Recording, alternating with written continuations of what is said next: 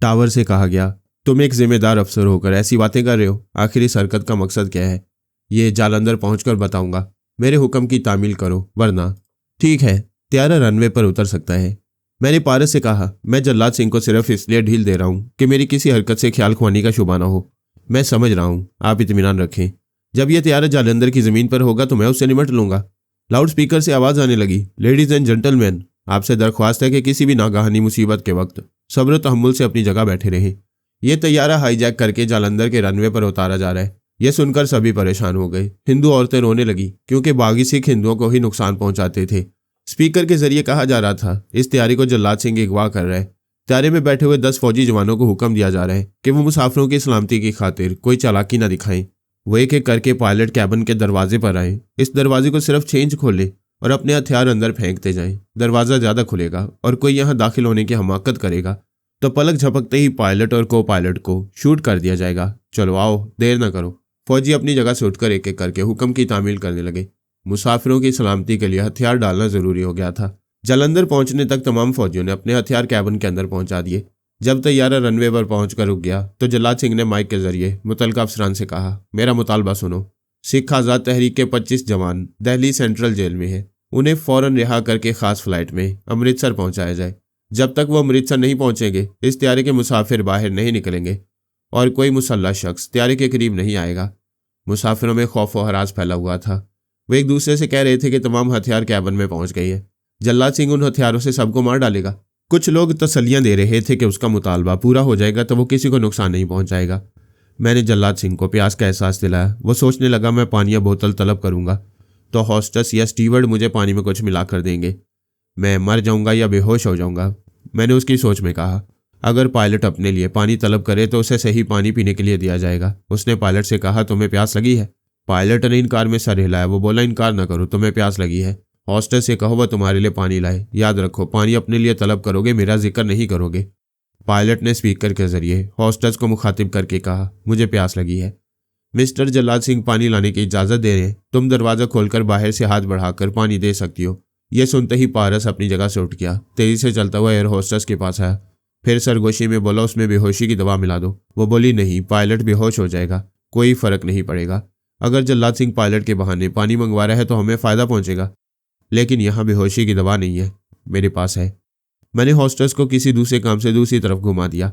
पारस ने अपनी अंगूठी की सुई बाहर निकालकर भरे हुए गिलास में डुबोई, फिर निकाल दी। उससे कहा, इसे ले जाओ और खबरदार एक लफ्ज न कहना। दरवाजा भी इतना ही खोलना कि यह गिलास अंदर चला जाए। वह भरा हुआ गिलास लेकर कैबिन के दरवाजे तक आई, फिर कहा, मैं पानी लाई हूँ, यह गिलास ले लो। उसने दरवाजे को जरा सा खोलकर हाथ अंदर किया। जल्लाद सिंह पायलट को निशाने पर रखे बैठा हुआ था। उसने को पायलट से कहा, गिलास लेकर यहाँ आओ। उसने अपने पायलट साथी को देखा। जल्लाद सिंह के ट्रैगर दबाते उसकी मौत वाकई हो सकती थी।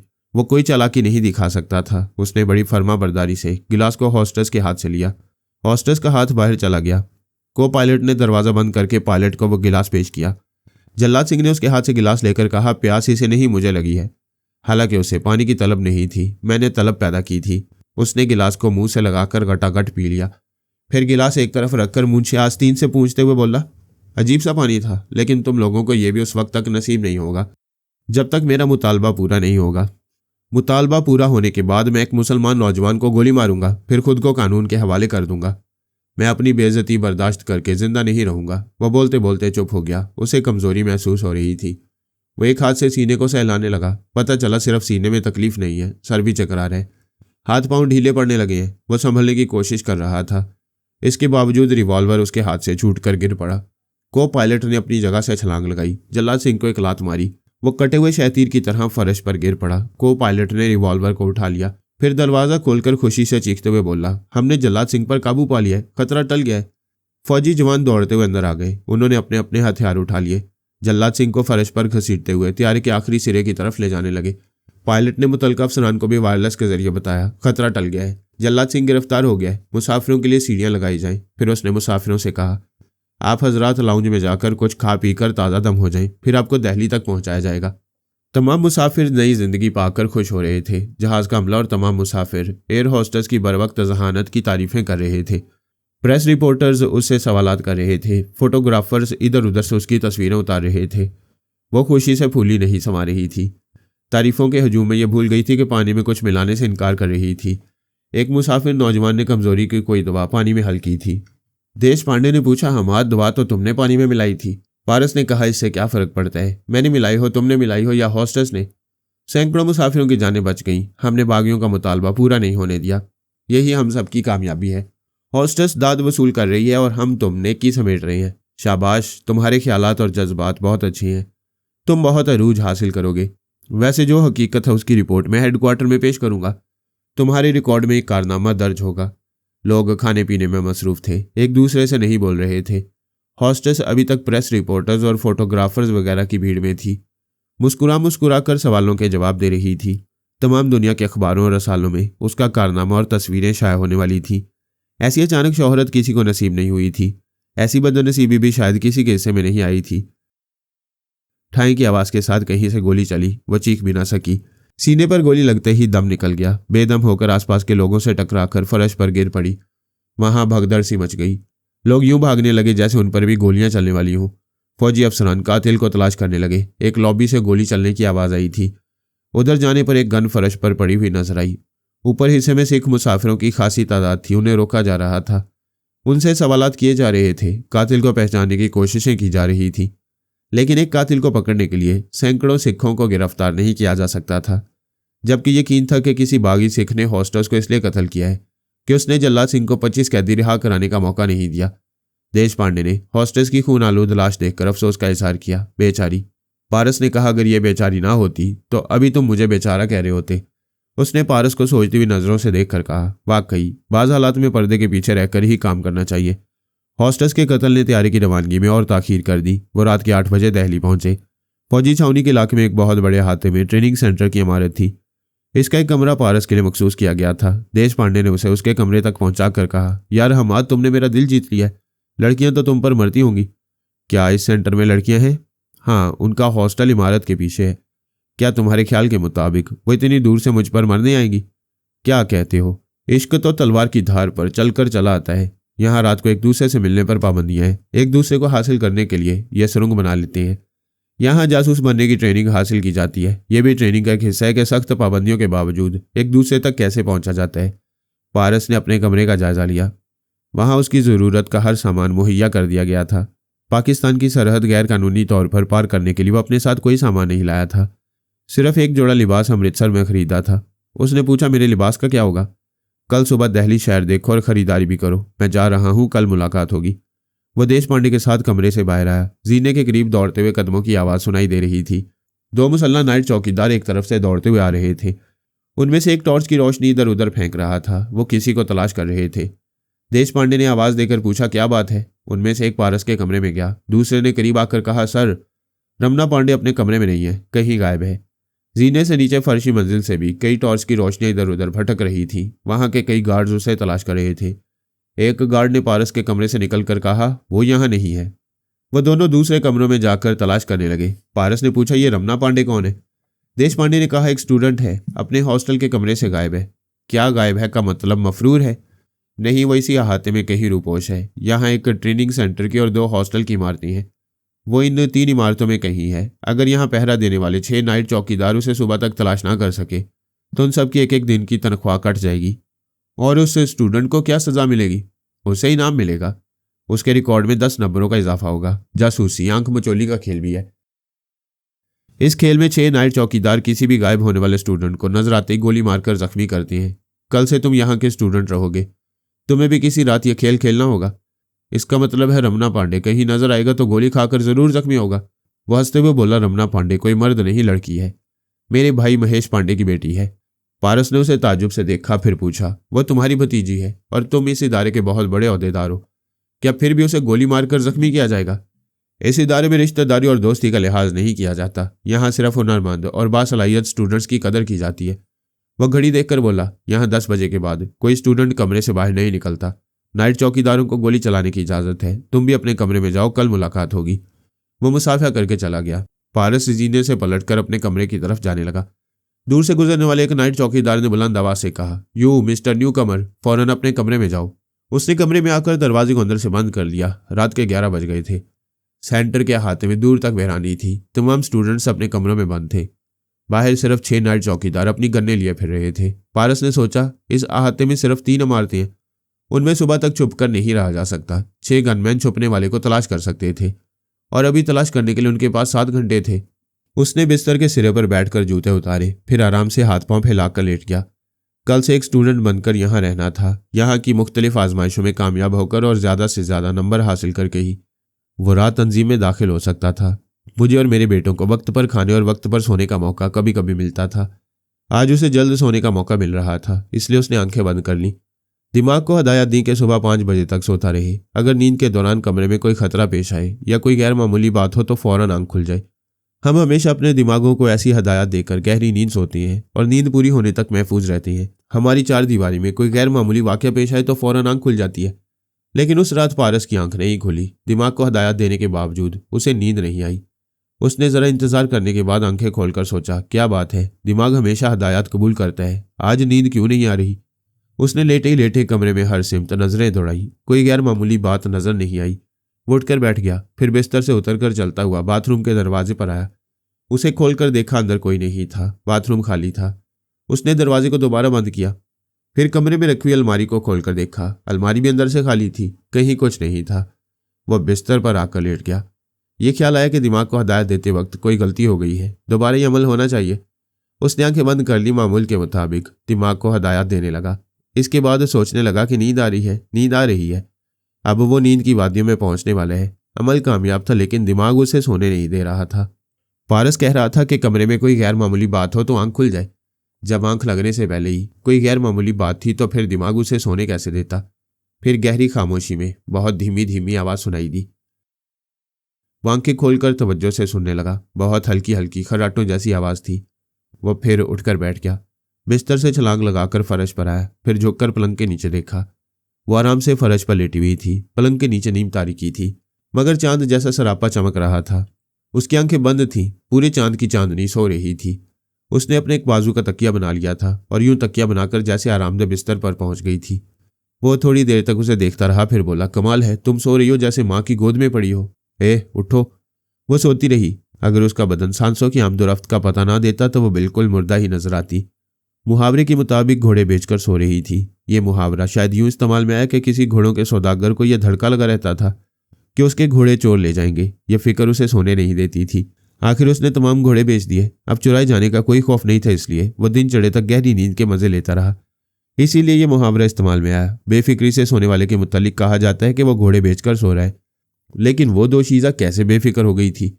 उसके पास घोड़े नहीं थे, लेकिन जवानी का मालूमता था। कोई भी चोर ऐसी गफलत में उसे लूट सकता था। एक अजनबी के कमरे में आकर छुपते वक्त और सोते वक्त ये धड़का क्यों न रहा कि लूटमार हो सकती है। वो खुद को सस्ता करने वाली लड़की थी या उसे अपने किरदार की पुख्तगी पर पूरा भरोसा था, इसलिए वो यहाँ आई थी। बेफिक्री की गहरी नींद बता रही थी कि वो नींद की आती है। सोने का वक्त हुआ तो उसे कांटों के बिस्तर पर भी नींद आ जाती है। पारस ने फिर उसे आवाज़ दी, उठो, क्या तुम रमना पांडे हो। वो नींद में ऊँ की आवाज़ें निकालती हुई करवट बदलकर चारों शान निश्चित हो गई। ये बुरी बात है। ख्वाबीदा लड़की को देखना नहीं चाहिए। वो नींद में किताब की तरह खुलती और बंद होती रहती है। सोने वाली को अपना होश नहीं रहता और देखने वाले के होश उड़ते रहते हैं। पारस ने उसके सेहतमंद बाजू को गिरफ्त में लिया, फिर झंझोड़ते हुए कहा, क्यों मेरी आंखों को गुनाहगार बना रही हो। उसने हड़बड़ाकर आंखें खोल दी। फौरन ही समझ में नहीं आया कि कहाँ पड़ी है। घबराकर उठना चाहा तो पलंग की निचली सतह से सर टकरा गया। वो हाय कहकर फिर चित हो गई। पारस ने फिर उसके बाजू को पकड़कर फर्श पर घसीटते हुए पलंग के नीचे से निकाला। वह पलकें झपकते हुए बोली, मैं समझ गई, तुम नाइट चौकीदार हो, तुमने मुझे पकड़ लिया है। वो उसका बाजू छोड़कर बोला, लो, छोड़ दिया, मैं नाइट गार्ड नहीं हूँ। वह जल्दी उठकर उसके सामने फर्श पर पालथी मारकर बैठते हुए खुशी से बोली, नाइट गार्ड नहीं हो? यानी कि मैं अभी पकड़ी नहीं गई? यानी कि तुम दोस्त हो? यानी कि मैं सुबह तक यहाँ छुपी रहूँ तो मेरी मार्क्सशीट में 10 नंबर का इजाफा हो जाएगा? यानी कि तुम्हारा तकिया कलाम है? यानी कि मेरा तकिया कलाम नहीं है। तुम ये ना समझना कि मैं यानी कि बोलने की आदी हूँ। जासूसी के पेशे में तकिया कलाम नहीं होना चाहिए। यानी कि बेस बदलने वाला जासूस अपने यानी के से पहचान लिया जाता है। पारस उसके सामने बैठा हुआ उसका मुंह तक रहा था। वो बोल रही थी, मैंने अपने हॉस्टल से निकलते वक्त सोच लिया था कि लड़कों के हॉस्टल में जाऊंगी। जो कमरा खुला मिलेगा उसके अंदर जाकर छुप जाऊंगी। मैंने नीचे से देखा, इस मंजिल पर तुम्हारे कमरे की खिड़की खुली हुई थी। मैं पाइप के जरिए चढ़ती हुई खिड़की के रास्ते अंदर आई। उस खिड़की को अंदर से बंद किया, फिर पलंग के नीचे चली गई। कहो कैसी रही? अब तक तो अच्छी रही, लेकिन अब बंद कमरे में जवान लड़की एक जवान लड़के के साथ है। अब चूहे बिल्ली का खेल शुरू होगा। तुम भागोगी, मैं पकड़ूंगा, फिर छोड़ दूंगा, क्योंकि बाहर नहीं जा सकोगी। कमरे से निकलते ही कोई नाइट गार्ड गोली चलाकर तुम्हें जख्मी कर देगा। मैं तुम्हें पकड़ूंगा, छोड़ूंगा, फिर छोड़ूंगा। तुम हलक से आवाज नहीं निकाल सकोगी, क्योंकि तुम्हारी आवाज पर गोली मारने वाले चले आएंगे। तुम वो गोली खाओगी या हवस की कड़वी गोली खाकर सुबह 10 नंबर हासिल करोगी। कहो कैसी रहेगी? वो पारस के शाने पर हाथ मारकर बोली, यार तुम हो बड़े फंटास्टिक और मैं हूं बहुत ही टेढ़ी खीर। मैंने काबू में आना सीखा ही नहीं है। अभी एक चीख मारूंगी और तमाम गार्ड्स दौड़े चले आएंगे। मैं 10 नंबर हार जाऊंगी, सजा के तौर पर गोली खाकर जख्मी हो जाऊंगी, लेकिन अपनी इज्जत को जख्मी नहीं होने दूंगी। इतना ही इज्जत का पास है तो लड़कों के हॉस्टल में नहीं आना चाहिए था। ये सोचकर आई हूं कि सब शैतान नहीं होते, सब नहीं होते, कुछ होते हैं। और फिर जवान लड़की को सबसे पहले शैतान ही घेरता है। मैं कह चुकी हूं कि ऐसे वक्त क्या करूंगी। अगर तुम चाहते हो कि मैं नुकसान ना उठाऊं तो दोस्त बनकर सुबह तक मुझे इज्जत आबरू से पनाह लेने दो। आइंदा मैं तुम्हारे किसी बुरे वक्त में काम आऊंगी। वो मुस्कुरा कर बोला, ऐसा बुरा वक्त तब आएगा जब मैं भी यहाँ के आजमाइशी दस्तूर के मुताबिक किसी रात अपने कमरे से निकलूंगा, 10 नंबर हासिल करने के लिए तुम्हारे पास आऊंगा, तो तुम अपने कमरे में पनाह दोगी। एग्जैक्टली यही बात है। लेकिन मैं किसी औरत के आंचल में छुपना बुजदिली समझता हूँ। मैं सुबह तक छुपने के लिए तुम्हारे कमरे में कभी नहीं आऊंगा। वो मायूस होकर बोली, यानी कि मैं बाहर चली जाऊं? नहीं, एक लड़की को जख्मी होते देखना मर्दानगी नहीं है। तुम यहाँ सुबह तक रह सकती हो। यानी कि मुझ पर एहसान कर रहे हो और मेरा एहसान कभी नहीं लोगे। यही बात है। यह हमारी पहली और आखिरी मुलाकात है। ट्रेनिंग के दौरान कभी सामना हो तो मैं तुम्हें पहचानने से इनकार कर दूंगा। तुम कुछ ज्यादा ही मगरूर हो रहे हो। वो गुरूर अच्छा है जो लड़कियों से दूर रखता है। पता है मैं माहिर नफ्सियात हूँ, मर्द के मिजाज को खूब पहचान लेती हूँ। मर्द दूर दूर रहे तो लड़की उसकी तरफ खिंची आती है। तुम यही हरबा मुझ पर आजमा रहे हो। तुम्हें मायूसी होगी। मुझे मायूस होने का शौक है। पलंग के नीचे जाओ और मुझे ऊपर सोने दो। वो उठकर बिस्तर पर आ गया और वह फर्श पर बैठी रही। उसने पूछा, क्या बैठी रहोगी? मुझे नींद नहीं आएगी। थोड़ी देर पहले कैसे आई थी? उस वक्त मैं अकेली थी। अब एक अजनबी मर्द है, मैं कैसे सो सकती हूँ? इस अजनबी मर्द को तुमसे कोई दिलचस्पी नहीं। तुम मेरी इंसल्ट कर रहे हो। क्या मैं इतनी गई गुजरी हूँ कि मुझ में दिलचस्पी लेने वाली कोई बात नहीं है? यूं निगाहों के सामने जागती रहोगी तो मेरे अंदर का शैतान दिलचस्पी लेना शुरू कर देगा। वो फर्श पर लेट गई, फिर लुढ़कती हुई पलंग के नीचे चली गई। निगाहों से ओझल होते ही पारस के ख्यालों में वह हसीन सरापा झलकने लगा। अगर सरियाम कहीं सामना होता तो वो उसे नजरअंदाज करके गुजर जाता, मगर वो बंद कमरे में थी और हाथों की पहुंच तक थी, पलंग के नीचे थी। जब जरा गर्दन झुकाई देख ली, जब जरा हाथ बढ़ाया पकड़ लिया। वो बंद कमरा वरगला रहा था। शैतान को बंद रखो तो वह बहुत ज्यादा भड़कता है। पारस उठकर बैठ गया, बिस्तर से उतर गया, फिर तेजी से चलते हुए दरवाजे के पास आकर उसे खोल दिया। ठंडी हवा का झोंका बाहर से अंदर आया और अंदर से शैतान का गर्म झोंका बाहर चला गया। दरवाजा खुला रहेगा तो यह अंदेशा रहेगा कि कोई भी आ सकता है। वो पलंग के नीचे से निकल नहीं सकेगी और वो निकाल नहीं सकेगा। वो दरवाजा खोलने के बाद बिस्तर पर आकर लेट गया। बाहर अंधेरा था। कमरे की रोशनी खुले दरवाजे से बाहर जा रही थी। वो नीचे से सरगोशी में बोली, तुमने क्या किया? कोई नाइट चौकीदार आ जाएगा? उसने सरगोशी में जवाब दिया, खामोश रहोगी और नीचे से निकलकर जलवा नहीं दिखाओगी तो किसी नाइट गार्ड को शुबा नहीं होगा। दरवाजा खुला रहेगा तो उन्हें यकीन हो जाएगा कि तुम कम अज कम इस कमरे में नहीं हो। हाँ, ये तुमने अकल का काम किया है। तुम बोलती रहोगी तो अकल का काम तमाम हो जाएगा और हमारे मुकालमे सुनकर कोई चला आएगा। वो खामोश हो गई। आधे घंटे बाद कदमों की आवाज़ सुनाई दी। एक नाइट गार्ड ने दरवाजे के पास आकर पूछा, यह खुला क्यों है? इसे बंद करो। पारस ने कहा, बंद कमरे में घुटन सी हो रही है। सब लोग बंद कमरे में रातें गुजारते हैं। मैं आज यहाँ नया हूँ, प्लीज़ कल से मुझे पाबंद करो।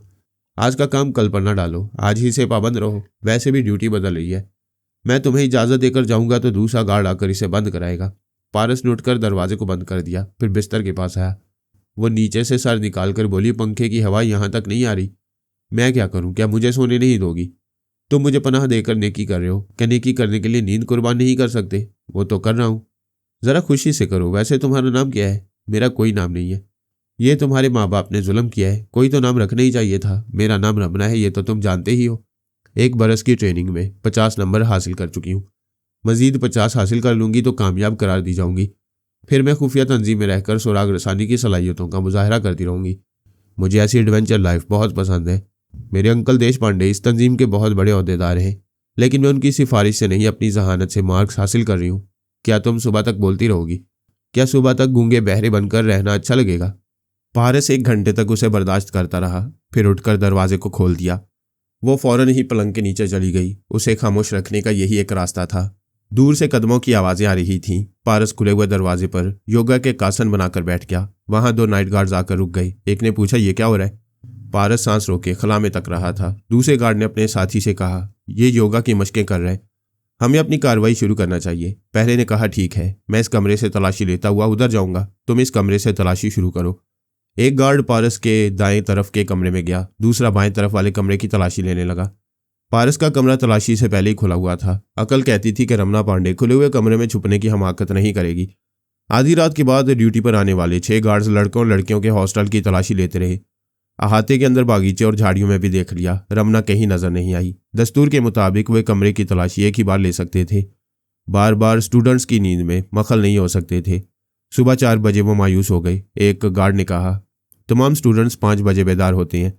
अगर 6 बजे पीटी के लिए मैदान में कदम रखने से पहले उसे गोली मारकर जख्मी करेंगे तो हमारी मुलाजमत पर हरफ नहीं आएगा। पारस ने सुबह 5 बजे से पहले दरवाज़ा बंद करके पूछा, अब पीटी के लिए बाहर मैदान में कैसे जाओगी? मैंने पहले ही तदबीर सोच ली है। क्या है वो तदबीर? वो चुटकी बजाकर बोली, फैंटास्टिक आइडिया है। देखो, हर कमरे से एक लड़का निकलेगा, क्योंकि एक कमरे में एक ही स्टूडेंट होता है। इसलिए मैं तुम्हारा लिबास पहनकर निकलूंगी तो यही समझा जाएगा कि तुम निकल कर जा रहे हो। तुम जाओगी तो मैं पीटी के मैदान में कैसे जाऊंगा? मेरे बाद तुम आ सकते हो। तुम मेरा लिबास पहनकर जाओगी तो मेरे बदन पर कुछ नहीं रहेगा, क्योंकि मैं एक ही लिबास में सरहद पार करके यहाँ आया हूँ। क्या वाकई तुम्हारे पास दूसरा लिबास नहीं है? तुम कमरे और बाथरूम में देख लो। उसने अलमारी और बाथरूम में देखा, फिर बोली, तुम्हारे पास लिबास तो क्या दूसरा सामान भी नहीं है? तुम जिंदगी कैसे गुजारते हो?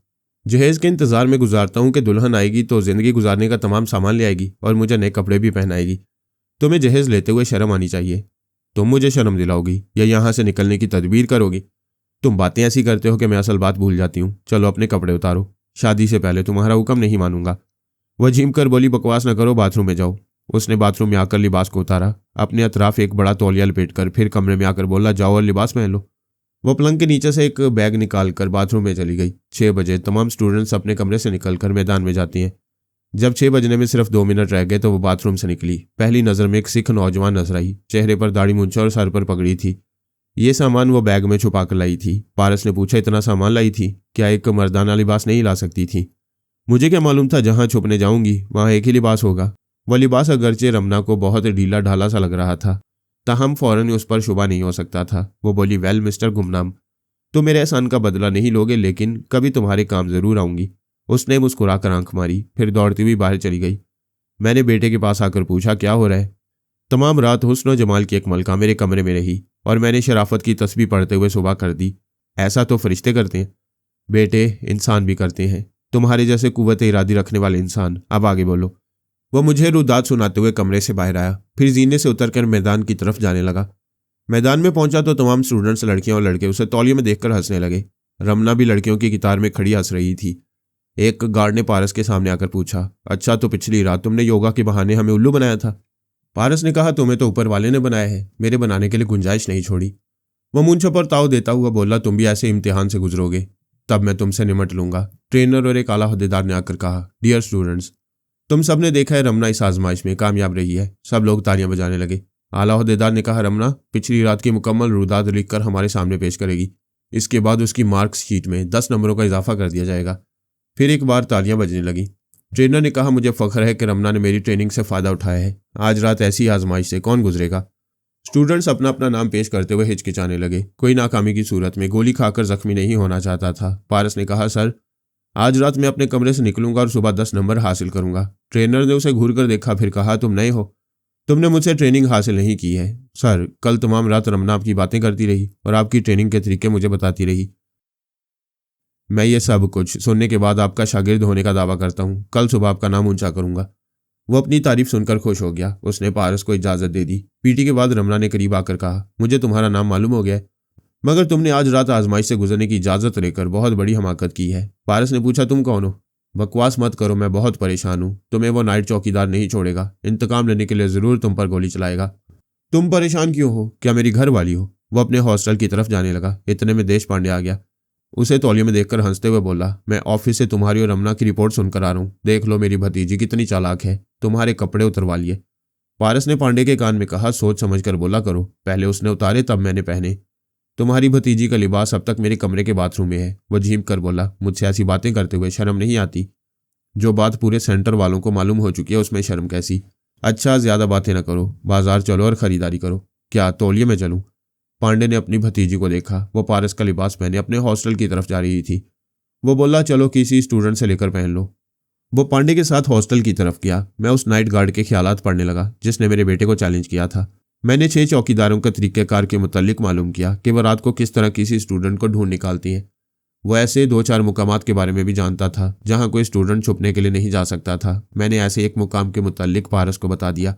वह पांडे के साथ दिल्ली शहर देख रहा था, जरूरत की चीजें खरीद रहा था। पांडे कह रहा था, तुमने हाजिर दिमागी से किसी खून खराबे के बगैर सैकड़ों मुसाफिरों की जानें बचाई थी। इसके नाम में तुम्हें 20 नंबर दिए गए हैं। वो बोला, इसका मतलब है अब मुझे 80 मार्क्स और हासिल करने होंगे। कल सुबह तक 10 नंबर और मिल जाएंगे। मुझे बताओ, ज्यादा से ज्यादा मार्क्स हासिल करने के लिए और क्या करना चाहिए? इतनी तेजी से ना दौड़ो, मुंह के बल गिरोगे। जहां गिरूंगा वहां से भी कुछ लेकर उठूंगा, मेरी फिक्र ना करो। ट्रेनिंग सेंटर में सख्त आजमाइशों से गुजरना पड़ता है। अगर रमना नाकाम होती तो कोई भी गार्ड उसे गोली मार देता और वो इस वक्त अस्पताल में होती। फिर तो ये जख्मी होने की बात है। चंद आजमाइशों में जान भी चली जाती है।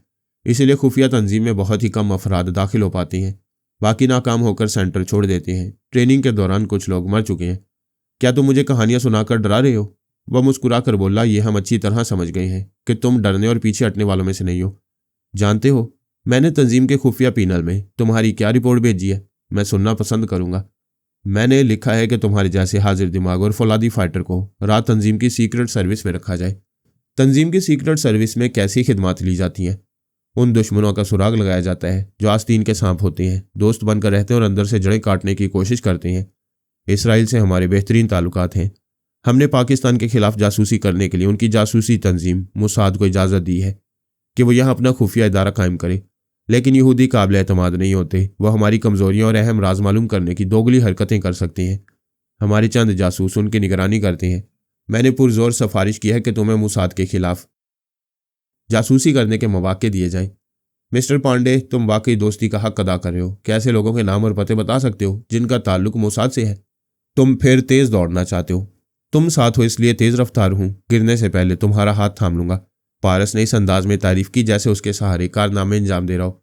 इसका नफ्सियाती असर हुआ। वह खुश होकर बोला, मेरी कोशिश होगी कि तुम कहीं ठोकर ना खाओ। मुझे एक फैमिली पर शुबा है। मैं उस फैमिली के किसी मेंबर से तुम्हारी मुलाकात कराऊंगा। मैंने पांडे की सोच से उस फैमिली के मुतालिक मालूम किया। जब तक वो पारस के लिए की जाने वाली शॉपिंग से फारिग हुआ और उसे सेंटर के हॉस्टल में छोड़कर अपने घर आया, तो उस वक्त तक मैं बहुत कुछ मालूम कर चुका था। उस हेड ऑफ द फैमिली का नाम शिवचरण था। 6 बरस पहले उसने एक जर्मन दोशीजा से शादी की थी। वो यहूदी थी लेकिन खुद को ईसाई जाहिर करती थी। जब उसे मालूम हुआ कि शिवचरण भारत में वजारत दाखिला का एक अहम ओहदेदार है, तो वो उस पर 1000 जान से आशिक हो गई। उसकी खातिर हिंदू धर्म कबूल करने को तैयार हो गई। शिवचरण के लिए फख्र की बात थी। भला ऐसी चाहने वालियां कहाँ मिलती हैं? वो तो मुकद्दर से मिल गई थी, इसलिए उसे ब्याह कर हिंदुस्तान ले आया। देश पांडे को शुबा था कि शिवचरण दोस्तों दुश्मनों का एजेंट बन गया है। वो ये भी नहीं जानता था कि उसकी जर्मन बीवी यहूदी है। मैंने पांडे के जरिए शिवचरण के दिमाग में पहुंचकर यह हकीकत मालूम की। पता चला इब्तदा में उसकी जर्मन बीवी अंजला उसे खूब शराब पिलाकर मदहोश कर देती थी। वो नशे में सरकारी मामला से ताल्लुक रखने वाली बातें बुड़बुड़ाता था और यूं मुल्की राज फाश होते रहते थे। लेकिन होशवास में रहने के दौरान वो बड़ा देशभगत होता था। अपने देश के खिलाफ कोई बात सुनना गवारा नहीं करता था। एंजेला कभी सरकारी मामले पर कोई बात छेड़ती तो उसे सख्ती से कह देता, खबरदार, सिर्फ अपने मामलात पर गुफ्तगू करो। तुम्हें मेरे दफ्तरी मामलात से क्या दिलचस्पी है? मुझे क्यों दिलचस्पी होगी? मैं तो ये समझना चाहती हूँ कि आप ऐसा क्या काम करते हैं कि थक जाते हैं, कभी परेशान भी नजर आते हैं। क्या आपकी परेशानी मेरी परेशानी नहीं है? बेशक है, लेकिन सरकारी परेशानी तुम्हारी नहीं, सिर्फ मेरी है। शिवचरण वाकई मुहिब वतन था। उसकी हुब्बुल वतनी के बायस बहुत सी बातें मालूम नहीं हो सकती थी। नशे में पूरी तरह बोल नहीं पाता था। कुछ अरसा बाद इसराइली हुकूमत को टेलीपैथी जानने वाली अल्पा मिल गई। अल्पा ने शिवचरण की आवाज़ सुनी, उस पर तनवीमी अमल करके ये बात जहन में नक्श कर दी कि वो हर रात खुफिया सरकारी बातें नींद में बुड़बुड़ाया करेगा। दूसरी बात यह नक्श कर दी कि जर्मनी से उसकी एक नौजवान साली ईला जॉन आ रही है। वो ईला की दोस्ती रात तंजीम के कैप्टन रंजीत से कराएगा। शिवचरण और कैप्टन रंजीत बचपन के दोस्त थे और अल्पा ने शिवचरण के ख्यालात से मालूम कर लिया था कि रंजीत हुस्न परस्त है, शबाब के साथ शराब का भी प्यासा रहता है, लेकिन बहुत मोहतात रहकर किसी हसीना से दोस्ती करता है। यह किसी को नहीं बताता कि उसका ताल्लुक एक बहुत ही खुफिया तंजीम से है। 2 माह पहले ईला भारत आई थी। बहाना यह था कि हिंदुस्तानी कल्चर पर किताब लिखने आई है। कैप्टन रंजीत इस हसीना पर मर मिटा था। हसीना जानती थी कि मर्द को किस तरह दीवाना बनाया जाता है। वो अपना हाथ उसके हाथ में देती थी, बाकी बदन चुरा लेती थी। ऐसे में अल्पा ने उस पर अमल किया था और तनवीमी अमल के जरिए ईला का ताबेदार आशिक बना दिया था। मैंने पारस को ये तमाम बातें तफसील से बता दी। उसने कहा, शुक्रिया पापा, आज रात हॉस्टल की आजमाइश से गुजर कर कल शिवचरण और रंजीत से निमट लूंगा। ट्रेनिंग सेंटर में तमाम दिन तरह तरह की मशकें कराई जाती थी। कुछ स्टूडेंट फायरिंग और फाइटिंग की ट्रेनिंग हासिल करते थे, लेकिन ज़्यादातर पेचीदा मामलात को समझने और सुलझाने की अमली मशकें कराई जाती थीं। हाजिर दिमागी की मशकों में कितने ही स्टूडेंट्स नाकाम रहते थे और सेंटर से निकाल दिए जाते थे। सेंटर के एक हिस्से में कई रोबोट एक दूसरे के सामने दो कतारों में खड़े हुए थे। उनके दोनों हाथों में डंडे थे। एक बटन ऑन करते ही तमाम रोबोट के ऊपर नीचे डंडे यूं चलाते थे कि उनके दरमियान से कोई गुजर नहीं सकता था। ट्रेनर ने एक नौजवान से कहा, इनके दरमियान से डंडों की मार खाए बगैर गुजर जाओ। डंडे तो चलते ही रहते। वो एक रोबोट को रोकता तो दूसरे रोबोट के डंडे पड़ते। नौजवान थोड़ी देर सोचने के बाद दो लंबे बांस ले आया।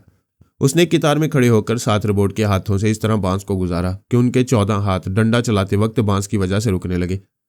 उसने दूसरी कतार के रोबोट के हाथों को भी दूसरे बांस के जरिए रोक दिया। तमाम स्टूडेंट्स उसकी जहानत की दाद देते हुए तालियां बजाने लगे। वो नौजवान फखरी अंदाज में रोबोट के दरमियान आया। फिर जैसे ही गुजरने के लिए कदम बढ़ाया, उन रोबोट के फौलादी हाथों के दरमियान दोनों बांस टूटने लगे। नौजवान के सर और बदन पर डंडे पड़ने लगे। वह चीखता हुआ बचने की कोशिश करता कतार के दूसरे सिरे से बाहर आया तो खासा जख्मी हो चुका था। ट्रेनर ने रमना से कहा, अब तुम जाओ। वह बड़ी देर से रोबोट के हाथों की हरकतों का मुतालिया करती रही थी। उसके हाथों के डंडे ऊपर से नीचे हरकत करते थे, लेकिन घुटनों से नीचे नहीं जाते थे। वह रोबोट के करीब आकर उनके कदमों में लेट गई। फिर दोनों कोहनियों के बल रेंगती हुई दो कतारों के दरमियान से गुजरने लगी। डंडे तेजी से चल रहे थे, लेकिन उसके जिस्म तक नहीं पहुंच रहे थे। वह सांस रोके रेंगती जा रही थी। हर लम्हा यही मालूम होता था कि अब डंडे पड़ने ही वाले हैं। आखिरी रोबोट के पास से गुजरते वक्त उसका पांव एक रोबोट से टकराया तो वह रोबोट दूसरे रोबोट से टकराया। वह कमर की तरफ से झुकने लगे। झुकने के बाद डंडों की हरकत नीचे हो गई। आखिरी 2 रोबोट ने रमना की पिटाई कर दी। वो फौरन ही कलाबाजियां खाकर उनके दरमियान से निकल आई। सब लोग तालियां बजाने लगे। वह बड़ी हद तक कामयाब हुई थी। उसने जहानत का सबूत दिया था, सिर्फ जरा सी गफलत से मार खा गई। ट्रेनर ने कहा, एक स्टूडेंट जो तरीका आजमाएगा वही तरीका दूसरा इख्तियार नहीं करेगा। अब जो स्टूडेंट आएगा वो अपनी जहानत से अपनी तदबीर आजमाएगा। रमना ने मुस्कुराकर पारस को देखा, फिर ट्रेनर से कहा, मेरे अंकल कह रहे थे हमाद की खोपड़ी में बहुत बड़ा भेजा है, उससे कहो अपनी खोपड़ी आजमाए। ट्रेनर ने पूछा, क्या ख्याल है हमाद, एक लड़की चैलेंज कर रही है। पारस ने कहा, मेरी समझ में नहीं आता कि बेजान रोबोट्स के दरमियान से गुजरने के लिए गैर मामूली जहानत क्यों जरूरी है। एक मामूली अकल का आदमी भी इनके दरमियान से गुजर सकता है। रमना ने कहा, लेक्चर ना दो, गुजर कर दिखाओ। पारस ने तमाम स्टूडेंट्स को मुखातिब करते हुए कहा, दोस्तों, तरबियत हासिल करते वक्त आंखों के साथ जहन को भी बेदार रखो। अभी थोड़ी देर पहले तुम आंखों से देख चुके हो कि किस तरह इन रोबोट पर गालिब आ सकती हो। एक ने कहा, रमना की तदबीर दोबारा आजमाने की इजाजत नहीं है। पारस ने कहा, मैं लड़कियों की तदबीर नहीं आजमाता, बल्कि उनकी हमाकतों से अकल सीखता हूं। वह रोबोट्स के करीब जाकर बोला, ट्रेनर साहब का हुक्म है कि हम इनके दरमियान से गुजरें, ख्वाह डंडों के नीचे से गुजरें या रोबोट की खोपड़ियों पर से चलते हुए जाएं। हमें इस पार से उस पार जाना है। ट्रेनर ने कहा, हाँ, किसी तरह भी जाओ, मगर 2 कतारों के दरमियान से गुजरते जाओ। पारस ने कहा, अभी तुम लोगों ने देखा था रमना का पांव एक रोबोट के पांव से टकराया था और ये रोबोट्स अपनी जगह कायम नहीं रहे, एक दूसरे से टकराकर झुकते चले गए। उसने एक रोबोट के पांव में ठोकर मारी। वो कमर की तरफ से झुकता हुआ दूसरे रोबोट से टकराया। दूसरा भी झुकने लगा। पारस ने दूसरी कतार के रोबोट को भी ठोकर मारी।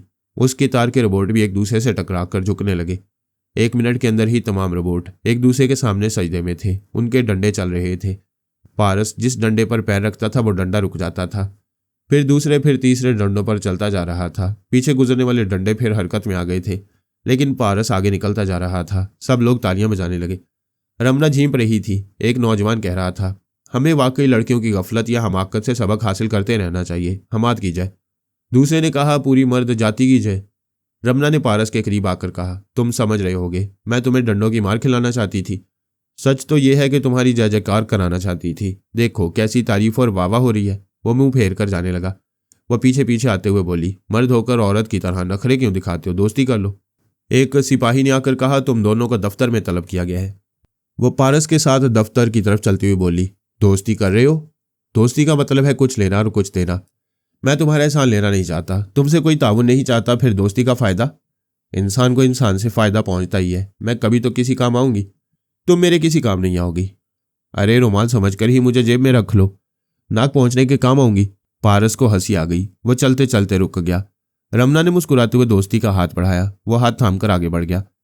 दफ्तर में तंजीम के 2 आला ओहदेदार बैठे हुए थे। देश पांडे भी मौजूद था।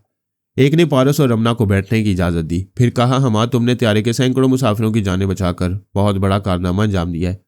तुम्हें इस सिलसिले में 20 नंबर दिए गए हैं। पारस ने कहा, थैंक यू सर।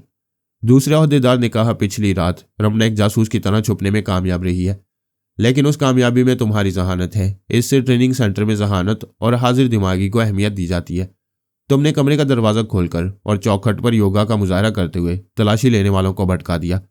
रमना को जो 10 नंबर मिलने वाले थे उसमें से 5 नंबर तुम्हें दिए जाते हैं। वह मुस्कुराकर बोली, मेरे 5 नंबर कट गए फिर भी खुश हूं। हमाद को इसका हक मिल रहा है। देश पांडे ने कहा, शाम के 6 बजने वाले हैं और हमाद आज तुम एक जासूस की तरह छुपना और 6 नाइट गार्ड्स को डॉज देना है। मुझे तुम्हारी कामयाबी की उम्मीद है। अब तुम जा सकते हो। रमना दफ्तर के बाहर आकर बोली, मुझे डर लग रहा है। एक नाइट गार्ड तुमसे खार खार है। अगर तुम रात को नजर आ गए तो वो तुम्हें जरूर गोली मार देगा। तुम ऐसे ट्रेनिंग सेंटर में हो जहां किसी वक्त भी जान जा सकती है, फिर जान जाने का खौफ क्यों है? मैं बुज़दिल नहीं हूं, अपनी जान की बाजी लगा सकती हूं, मगर तुम्हारे लिए डरती हूं। तुम्हें बहुत ज्यादा पसंद करती हूं। तुम बहुत अच्छे हो, बहुत ही अच्छे हो। मैं कल सुबह अच्छी हालत में मिलूंगा, फिक्र न करो। हॉस्टल के पास आकर उनके रास्ते बदल गए। उन्होंने मुसाफिया किया। रमना ने मजबूती से उसका हाथ थाम लिया, जैसे छोड़ना ना चाहती हो। उसने कहा, मेरा बस चले तो आज रात तुम्हें अपने कमरे में छुपा लूं, लेकिन नाइट गार्ड्स सबसे ज्यादा मेरे ही कमरे की तलाशी लेंगे। हाँ, वो तुम्हारे कमरे पर जमकर बैठ जाएंगे और उनकी ऐसी ही हमाकतों से मुझे फायदा पहुंचेगा। अच्छा, अब जाओ, शब्बा खैर। वो अपने हॉस्टल की तरफ चला गया। रमना उसे जाते हुए देखती रही। जब वो नजरों से ओझल हो गया तो वो अपने कमरे में आ गई, लेकिन कमरे में दिल नहीं लग रहा था। शाम के साए गहरे होकर शब में तब्दील हो रहे थे। हॉस्टल के डाइनिंग हॉल में जाकर कुछ खाने को जी नहीं चाहता था। एक तरह की बेचैनी और घबराहट सी थी कि पता नहीं हमाद के साथ क्या होगा। डिनर टाइम के बाद नाइट चौकीदार ने सोने का वक्त जाहिर करने के लिए घंटी बजाई। इस घंटी के बाद किसी को कमरे से बाहर निकलने की इजाजत नहीं थी। बाहर कदम रखने वाला अस्पताल पहुंच जाता। रात के 10 बजे वो 6 गार्ड्स हॉस्टल के हर दरवाजे के सामने से गुजरते हुए कहते जा रहे थे, हमाद अपने कमरे में नहीं है। अगर किसी ने उसे छुपाया तो बाहर निकाल दे, वरना आधी रात के बाद हर कमरे की तलाशी ली जाएगी। अपनी नींदें हराम करने से बेहतर है कि उसे हमारे सामने पेश कर दो। रमना की बेकरारी और बढ़ गई। ये जज्बा सर उठा रहा था कि कमरे से निकलकर उसके पास चली जाए, उसके साथ छुपती फिरे और गोली लगे तो दोनों को लगे। फिर ये ख्याल आता कि मोहब्बत करने वाले कच्चे धागे से बंधे चले आते हैं। हमाद उसके कमरे में या उसके आंचल में छुपने जरूर आएगा। वो नहीं आया। आधी रात के बाद चेकिंग शुरू हो गई। जो नाइट गार्ड पारस के लिए बुग़्ज़ और कीना रखता था, उसने रमना के कमरे की अच्छी तरह तलाशी ली। तमाम सामान उलट पलट कर रख दिया। रमना ने कहा, मेरा पर्स भी देख लो, शायद उसके अंदर हो। यू शट अप, ये मेरी ड्यूटी है। ड्यूटी का मतलब ये नहीं है कि तुम अटैची और थैले में हाथ डालकर देखो। इतना बड़ा आदमी थैले में होगा? वो गुस्से से बुड़बुड़ाता हुआ चला गया। रमना ने दरवाजे को बंद कर दिया, मगर चिटखनी नहीं लगाई। दिल कह रहा था वह छुपते छुपाते इधर आएगा। तमाम नाइट गार्ड्स की परेशानी और झुंझलाहट बता रही थी कि वो नजर नहीं आ रहा। उन्होंने सेंटर की इमारत और दोनों हॉस्टल की इमारत और दोनों हॉस्टल का कोना कोना छान मारा।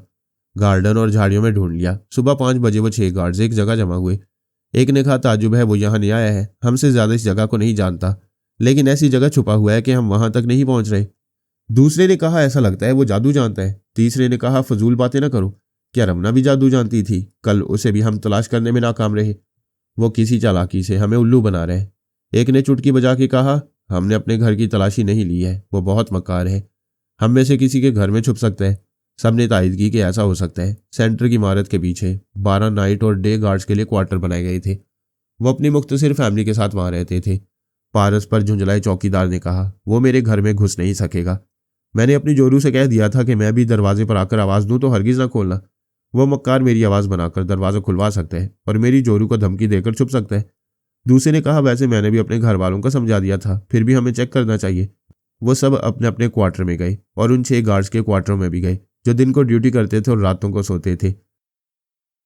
जिस गार्ड ने अपनी बीवी को सख्ती से ताकीद की थी कि दरवाजा न खोले, वो अपने पति की आवाज़ सुनकर भी नहीं खोल रही थी। वो कह रहा था, अरे भली मानस, मैं तेरा स्वामी हूँ।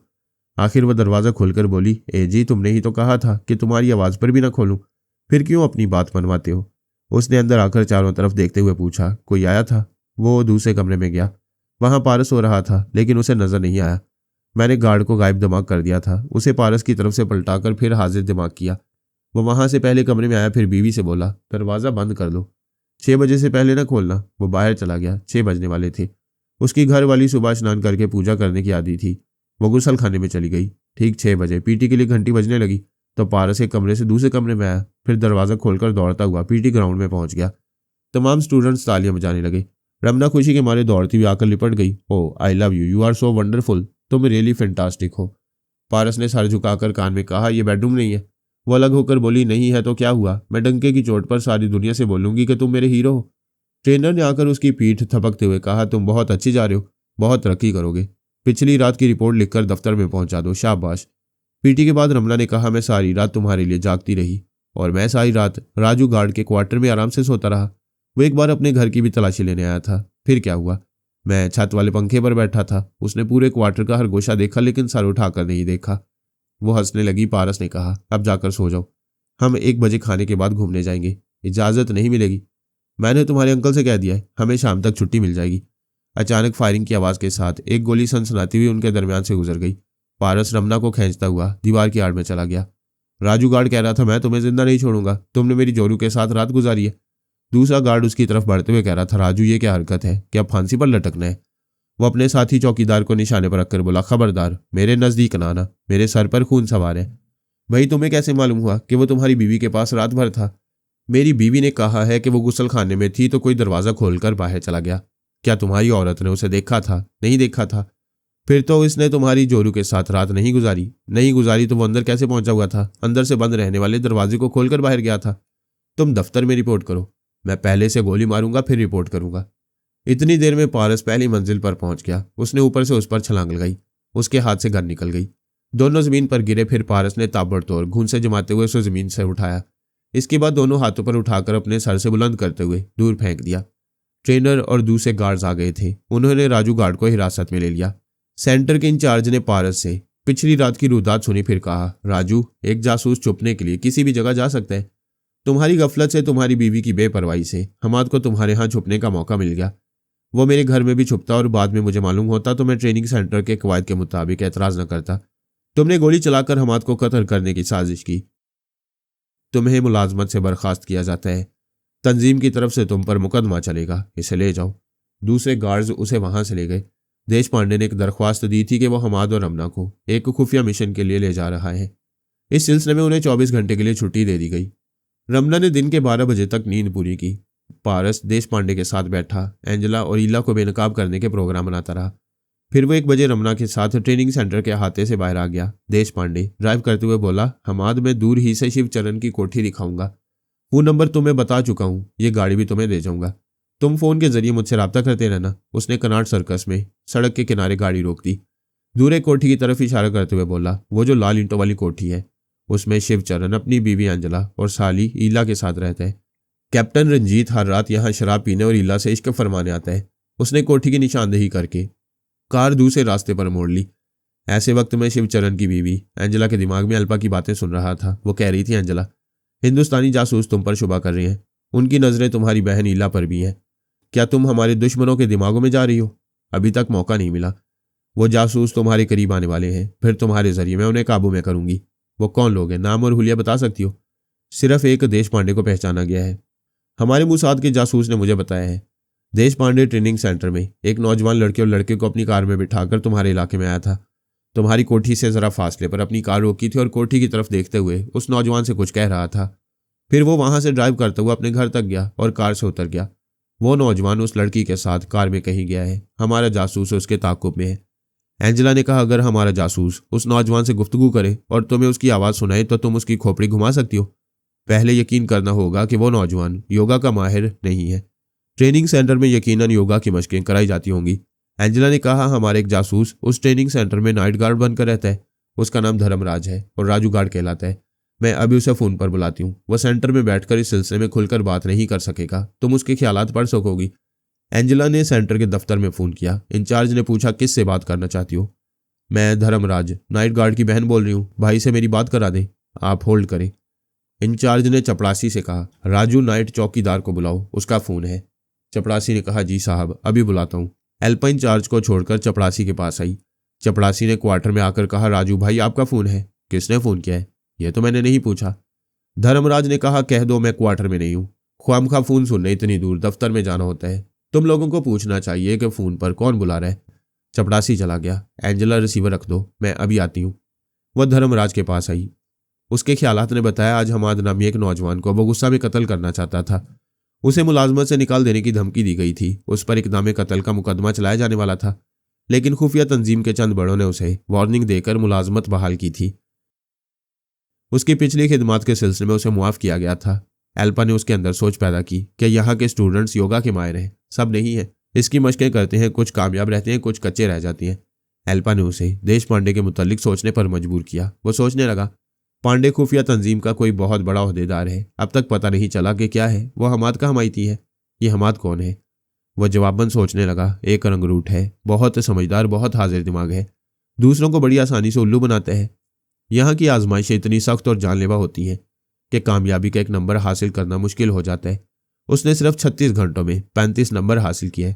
एल्पा ने उसकी सोच में कहा, वो इस कदर ज़हीन है, शायद इसीलिए देश पांडे उसकी हमायत करते हैं। शायद इसी नौजवान को आज सेंटर से बाहर ले गया है। हाँ, हमाद और रमना को 24 घंटों की खुसूसी छुट्टी दी गई है।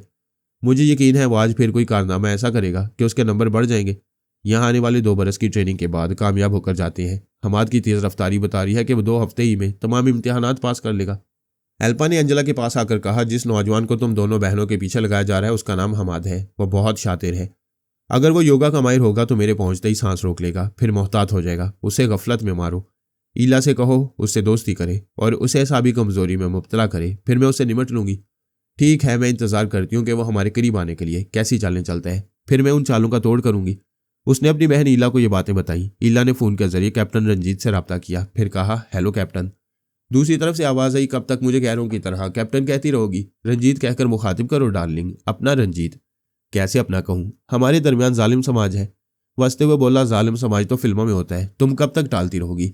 मैंने तो सोचा था आज तुम्हारी हो जाऊंगी, लेकिन क्या? कुछ ऐसी बात है कि फोन पर नहीं कह सकती।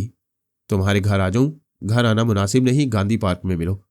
तुम पार्क के रेस्तरां में पहुंचो, मैं अभी आ रहा हूं। ईला ने रिसीवर रखकर कहा, अगर हमाद हमारी ताक में है तो मेरे बाहर निकलते ही पीछा करेगा। मिस एल्पा, तुम हमारे जासूसों से कह दो वह हमाद पर नजर रखे। कोई जरूरी तो नहीं है कि उसे साबी कमजोरी की दवा दी जाए। हमारे आदमी उसे जख्मी करके तुम्हें उसके दिमाग में पहुंचा सकती है। एल्पा ने कहा, ऐसा हरगिज न करना, वरना रात तंजीम को यकीन हो जाएगा कि मूसाद के यहूदी दोस्ती के पर्दे में दुश्मनी कर रहे हैं। ठीक है, मैं तुम्हारी हदायत पर अमल करूंगी। मैंने दोनों बहनों के ख्यालात पढ़कर यह मालूम किया था कि उनके घर में और उनके बेडरूम में कोई ऐसी चीज नहीं जिसके जरिए उन पर देश दुश्मनी का इल्जाम आयद किया जा सके। उनका तरीकाकार यह था कि एंजेला अपने पति की खास बातें रिकॉर्ड करती थी। ईला भी कैप्टन रंजीत से बातें करते वक्त मिनी रिकॉर्डर अपने लिबास में छुपा कर रखती थी। फिर वो मिनी कैसेट मूसाद के एक जासूस के हवाले कर देती थी। पारस ऐसे ही वक्त उन्हें बेनकाब कर सकता था। मैंने अपने बेटे को बताया कि किस तरह एल्पा उनकी मदद कर रही है और एक यहूदी जासूस उसके और रमना के ताकुब में है। पारस ने एक सैनमा के सामने रमना को कार रोकने के लिए कहा। वो कार रोकती हुई बोली, क्या फिल्म देखने का इरादा है? वहां फिल्मी शायकीन की बहुत भीड़ थी। टिकटें ब्लैक में फरोख्त हो रही थी। वो दोनों कार से उतरकर भीड़ से गुजरते हुए जाने लगे। फ्रंट क्लास का टिकट घर दूसरे कॉरिडोर में था। वहां से दूसरा रास्ता बाहर जाता था। पारस रमना का हाथ पकड़कर उस रास्ते से बाहर आया, फिर बोला, दुश्मन हमारे ताकुब में है। कहाँ है? मैंने उसे डॉज दिया है, वो हमारी कार के करीब होगा। तुम किसी रिक्शे वाले को ऐसे बड़े होटल में चलने को कहो जहां हमें रिहाइश के लिए कमरा मिल सके। वो रिक्शे में आकर बैठ गए। रिक्शे वाले ने उन्हें होटल ताजमहल में पहुंचा दिया। पारस ने एक कमरा हासिल करके कहा, तुम यहां रहो, मेरे वापस आने तक बाहर ना निकलना। हमाद, मैं भी जासूस हूं। तुम मुझे घरेलू औरत की तरह 4 दीवारी में क्यों छोड़कर जा रहे हो? जासूसी का वक्त आएगा तो तुम्हें साथ ले जाऊंगा। अभी तुम्हारे अंकल की कार वापस लाने जा रहा हूं, आधे घंटे में आ जाऊंगा। वो राजी हो गई। उसे होटल में छोड़ने का मकसद यह था कि अल्पा किसी के जरिए उसकी आवाज़ सुनकर उसके दिमाग को अपनी मुट्ठी में ले सकती थी, लिहाजा उसे मूसाद वालों से दूर रखना जरूरी था। मैंने सोचा पता नहीं कब तक रमना और पारस का साथ रहेगा, वो हमेशा प्रॉब्लम बनती रहेगी। ये मसला हल करने के लिए मैंने रमना को बिस्तर पर सुला दिया, फिर उसे मामूला बनाकर उसके दिमाग को हदायत दी कि वो मेरी सोच की लहरों को महसूस नहीं करेगी, बाकी किसी भी पराई सोच की लहरों को महसूस करते ही सांस रोक लिया करेगी। उधर पारस जानबूझकर फिर सैनमा के सामने आया। कार वहीं खड़ी थी। उसने स्टीयरिंग सीट पर बैठकर इसे स्टार्ट करना चाहा तो वो स्टार्ट नहीं हुई। उसने कार से उतरकर बोनट को उठाया तो पता चला इंजन में खराबी पैदा कर दी गई है। साफ जाहिर था ये दुश्मनों की कारस्तानी है। वह चाहते हैं कार आगे ना बढ़े, यानी पारस का वक्त इंजन की खराबी दूर करने में ज़ाया होता रहे। करीब ही कारों के मुरम्मत का एक छोटा सा वर्कशॉप था। उसने एक मिस्त्री को वहां से बुलाया। वहां काम करने वाले कार को वर्कशॉप में ले गए। दूसरी तरफ ईला ने पार्क के रेस्तरां में कैप्टन रंजीत से मुलाकात की। वो बोला, ये मेरी खुशकिस्मती है कि तुमने मुझे मुलाकात के लिए यहाँ बुलाया है। वरना मैं ही प्यासी की तरह तुम्हारे पास आता रहूं। मैंने रोमांस के लिए नहीं बुलाया। तुम्हारी तंजीम के जासूस हम पर शुबा कर रहे हैं। वो कौन बेवकूफ़ है? मैं उसके खिलाफ कार्रवाई करूंगा। उसे हमारे खिलाफ इंक्वायरी से रोकोगे तो शुबा यकीन में बदल जाएगा। यह समझा जाएगा कि मैं तुम पर डोरे डाल रही हूँ। वो तो डाल रही हो। मजाक में वक्त ज़ाया न करो। उस जासूस का नाम हमाद है, तुम उसे जानते होगे। हमाद तो एक रंगरूट का नाम है। वो अभी ट्रेनिंग हासिल कर रहे।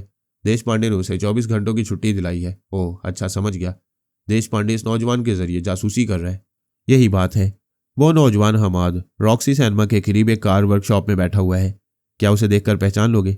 हाँ, मैंने उसकी तस्वीर देखी है। तो फिर जाओ और उसे मोहब्बत से यहाँ ले आओ।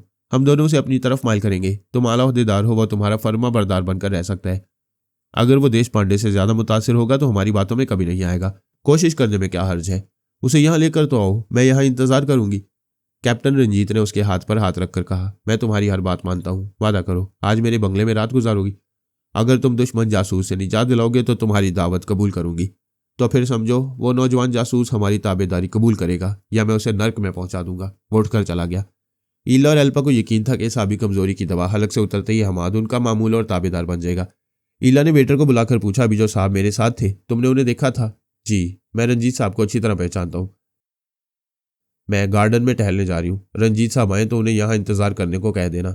जी बहुत अच्छा। ईला ने उसकी आवाज़ सुनाने के लिए उसे बुलाकर बात की थी। एल्पा ने चंद सेकंड के लिए उसके दिमाग पर कब्जा जमाया। ईला ने दवा की नन्ही सी शीशी वेटर की जेब में रख दी, फिर वहां से उठकर टहलने चली गई। कैप्टन रंजीत अपनी कार ड्राइव करता हुआ उस वर्कशॉप के पास आया। पारस वर्कशॉप के बाहर एक कुर्सी पर बैठा था। रंजीत ने कार रोककर आवाज़ दी, हेलो मिस्टर हमाद। पारस ने चौंक कर उसे देखा, फिर कुर्सी से उठा और करीब आकर बोला, आप कौन है, मुझे कैसे पहचानती हैं? उसने मुस्कुराते हुए अपना शनाख्ती कार्ड दिखाते हुए कहा, मैं तुम्हारा अफसर हूँ। नए रंगरूट्स की फाइल में तुम्हारी तस्वीर देखी। तुम यहाँ क्या कर रहे हो? पांडे साहब की कार खराब हो गई है, मुरम्मत करवा रहा हूँ। रंजीत ने मिस्त्री से पूछा, क्यों भाई, कितनी देर लगेगी? साहब घंटे भर में ठीक होगी। कम ऑन हमाद, जब तक हम कहीं से ठंडी बोतल पी कर आएंगे। पारस उसके साथ वाली सीट पर बैठ गया। रंजीत ने ड्राइव करते हुए कहा, मैं किसी जूनियर को लिफ्ट नहीं देता, लेकिन तुमने अमृतसर से यहाँ तक बड़े कारनामे अंजाम दिए, इसलिए तुम्हारी कदर करता हूँ। थैंक यू सर, यह आपका बड़कपन है। बड़कपन? रंजीत ने हंसते हुए कहा, तुम हिंदुस्तानी अल्फाज सीख गए हो? नहीं, सीख रहा हूँ। ऐसे वक्त अल्पा अगर रंजीत के दिमाग में होती तो हमाद का लहजा और आवाज़ सुनकर चौंक जाती। पारस हमाद के रूप में रहकर अपने मखसूस लहजे में बोलता था और यह लहजा अल्पा खूब पहचानती थी। वो पारस को कभी नहीं भूल सकती थी। मैंने इस बात का खास ख्याल रखा था कि अल्पा पारस की आवाज़ ना सुन पाए। मैंने पहले ही अली तैमूर से कह दिया था, अल्पा हिंदुस्तान में मुसाद के सुराग और सानों के साथ मसरूफ रहती। आज वो पारस की आवाज़ वहाँ सुन सकती है और ऐसा नहीं होना चाहिए। अली ने पूछा, आप चाहते हैं मैं उसे अपनी तरफ मसरूफ रखूँ? हाँ, आज रात 9 बजे वो तुमसे शेरटन के डाइनिंग हॉल में मिलने वाली है और अभी तलबैब में दिन का 1 बजा है। तुम उसे लंच के लिए बुलाओ। अच्छी बात है, कोशिश करता हूँ। उसने रिसीवर उठाकर नंबर डायल किए। राब्ता कायम होने पर अल्पा की आवाज़ सुनाई दी, hello please code numbers. Ali ने कहा, मोहब्बत के एक चिराग से दूसरा चिराग जलता है। वो खुश होकर बोली, कार्मन, ये कोड वर्ड्स मैंने बताए थे और तुमने एतराज़ किया था क्योंकि तुम मोहब्बत के नाम से भागती हो। हाँ, मैंने दूसरे कोड वर्ड्स मुकर्रर किए थे कि मोहब्बत को भूल जाओ और फ़र्ज़ को याद रखो। इसका मतलब है तुम मेरी मोहब्बत को नहीं भुला पा रहे हो। हाँ, ऐसा लगता है जैसे तुम मेरे अंदर चुपके से आ गई हो और मेरा मिजाज और मेरे असूल बदलती जा रही हो।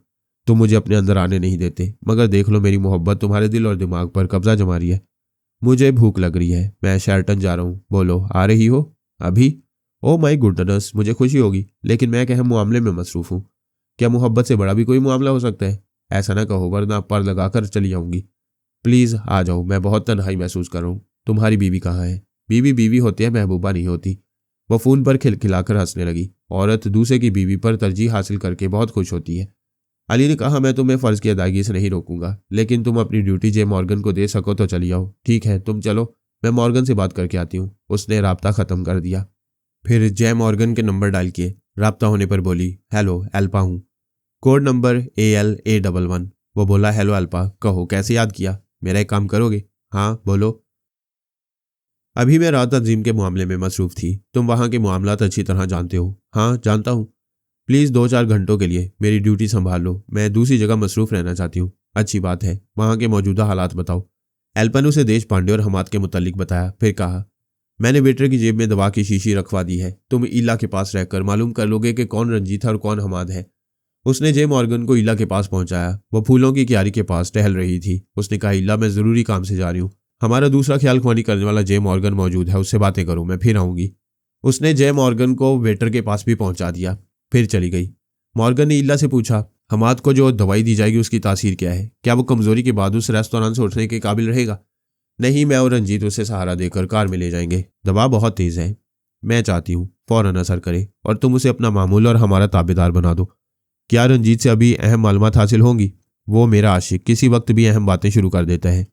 मैं अपने मिनी पर्स में मिनी रिकॉर्डर रखती हूँ और उसकी बातें रिकॉर्ड करती रहती हूँ। वैसे अल्पा ख्याल खुआनी के जरिए बहुत कुछ मालूम कर लेती है, लेकिन उसकी आवाज़ का कैसेट रखना भी ज़रूरी है ताकि उसे कभी ब्लैकमेल करने के लिए उसकी आवाज़ का रिकॉर्ड हमारे पास मौजूद रहे। वह तुम पर दीवाना वार मरता है, फिर भी उस पर भरोसा नहीं है। वह भंवरा है, एक फूल से दूसरे फूल पर मंडलाता है। जिस दिन मुझे हासिल कर लेगा उसकी दीवानगी खत्म हो जाएगी। आइंदा कभी मुझसे दिल भर जाएगा तो मुझसे पीछा छुड़ाने के लिए गैर मुल्की जासूसा होने का इल्ज़ाम लगा सकता है, मुझे इस मुल्क से जाने पर मजबूर कर सकते हैं। वो रेस्तोरां में आकर बैठ गई। उसी वक्त कैप्टन रंजीत पारस के पास आ गया। उसने कहा, ईला, इस जवान से मिलो। ये हमारे ट्रेनिंग सेंटर का बहुत ही काबिल स्टूडेंट है। नाम है हमाद और ये मिस ईला है, मेरी फ्रेंड। ईला ने मुस्कुराकर बड़ी गर्मजोशी से मुसाफिया किया, फिर कहा, मिस्टर हमाद तशरीफ रखें, क्या पीना पसंद करेंगे? पारस ने कहा, अपने अफसर के सामने पीने वाली गर्म फरमाइश नहीं कर सकता, ठंडा ही चलेगा। ईला ने कहा, गर्म फरमाइश? वाह, बात कहने का कितना खूबसूरत अंदाज है। रंजीत ने कहा, यहाँ मैं अफसर नहीं हूँ, हम तीनों दोस्त हैं। आज रात मैं तुम्हें स्कॉच पिलाऊंगा। वो बोली, फिलहाल ऑरेंज जूस पर गुजारा किया जाए। उसने उसी वेटर को बुलाकर जूस के लिए ऑर्डर दिया। जय मॉर्गन उस वेटर के पास चला गया। वह जूस तैयार कराने लगा। जब वो तैयार हो गया तो एक ट्रे पर 3 जूस भरे गिलास रखकर जाना चाहता था। मॉर्गन उसे एक खाली कैबिन में ले आया। वहां उसने जेब से शीशी निकालकर एक गिलास में उसकी दवा डाली, शीशी को बंद करके जेब में रखा, फिर कैबिन से निकलकर ईला की मेज पर आया। जय मॉर्गन ने जरा रसा जूस का गिलास पारस के सामने रखवाया। बाकी 2 गिलासों को ईला और रंजीत ने उठा लिया। फिर मॉर्गन ने ईला से कहा, मैंने दवा आलूद गिलास हमाद के सामने रखवा दिया है। ईला ने मुस्कुराते हुए अपने गिलास से एक घूंट पिया, फिर हमाद से कहा, यहाँ का ऑरेंज जूस बहुत मज़ेदार होता है, बहुत मशहूर है, इसे पी कर देखो। पारस ने उसे उठाकर एक घूंट पिया, फिर सोचा। ईला ने पूछा, क्या हुआ, अच्छा नहीं है? पारस ने फिर एक घूंट पिया, फिर कहा, वाकई मज़ेदार है। वह दोनों खुश हो गए। रंजीत ने कहा, एक ही सांस में पूरा गिलास पिया जाए तो और मज़ा देता है, ये देखो। उसने गिलास को मुंह से लगाया, फिर घटाघट पीने लगा।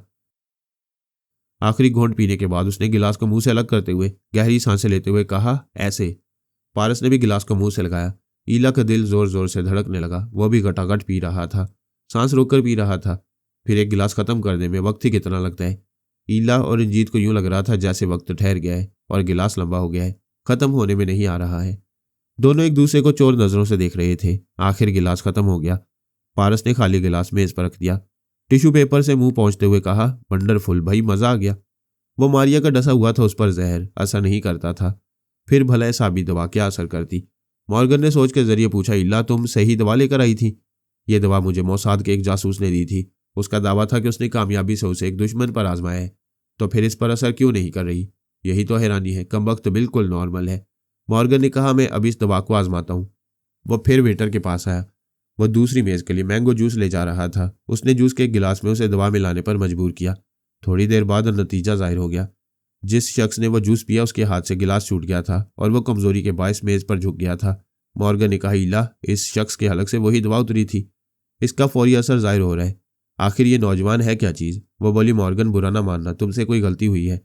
प्लीज़ एक बार फिर इसे जूस पिलाया जाए और तुम तवज्जो से वह दवा हल कराओ। मैंगो जूस पीने वाले रेस्तोरां के मालिक से पूछ रहे थे, ये जूस में तुमने क्या मिलाया है? मालिक ने कहा, हमने कुछ नहीं मिलाया है। आपका साथी किसी अंदरूनी मर्ज का शिकार है। वो मर्ज यहाँ जाहिर हो रहा है। उसने मैंगो का दूसरा गिलास खुद पीकर दिखाया। वो लोग कायल हो गए और अपने बीमार साथी को सहारा देकर ले गए।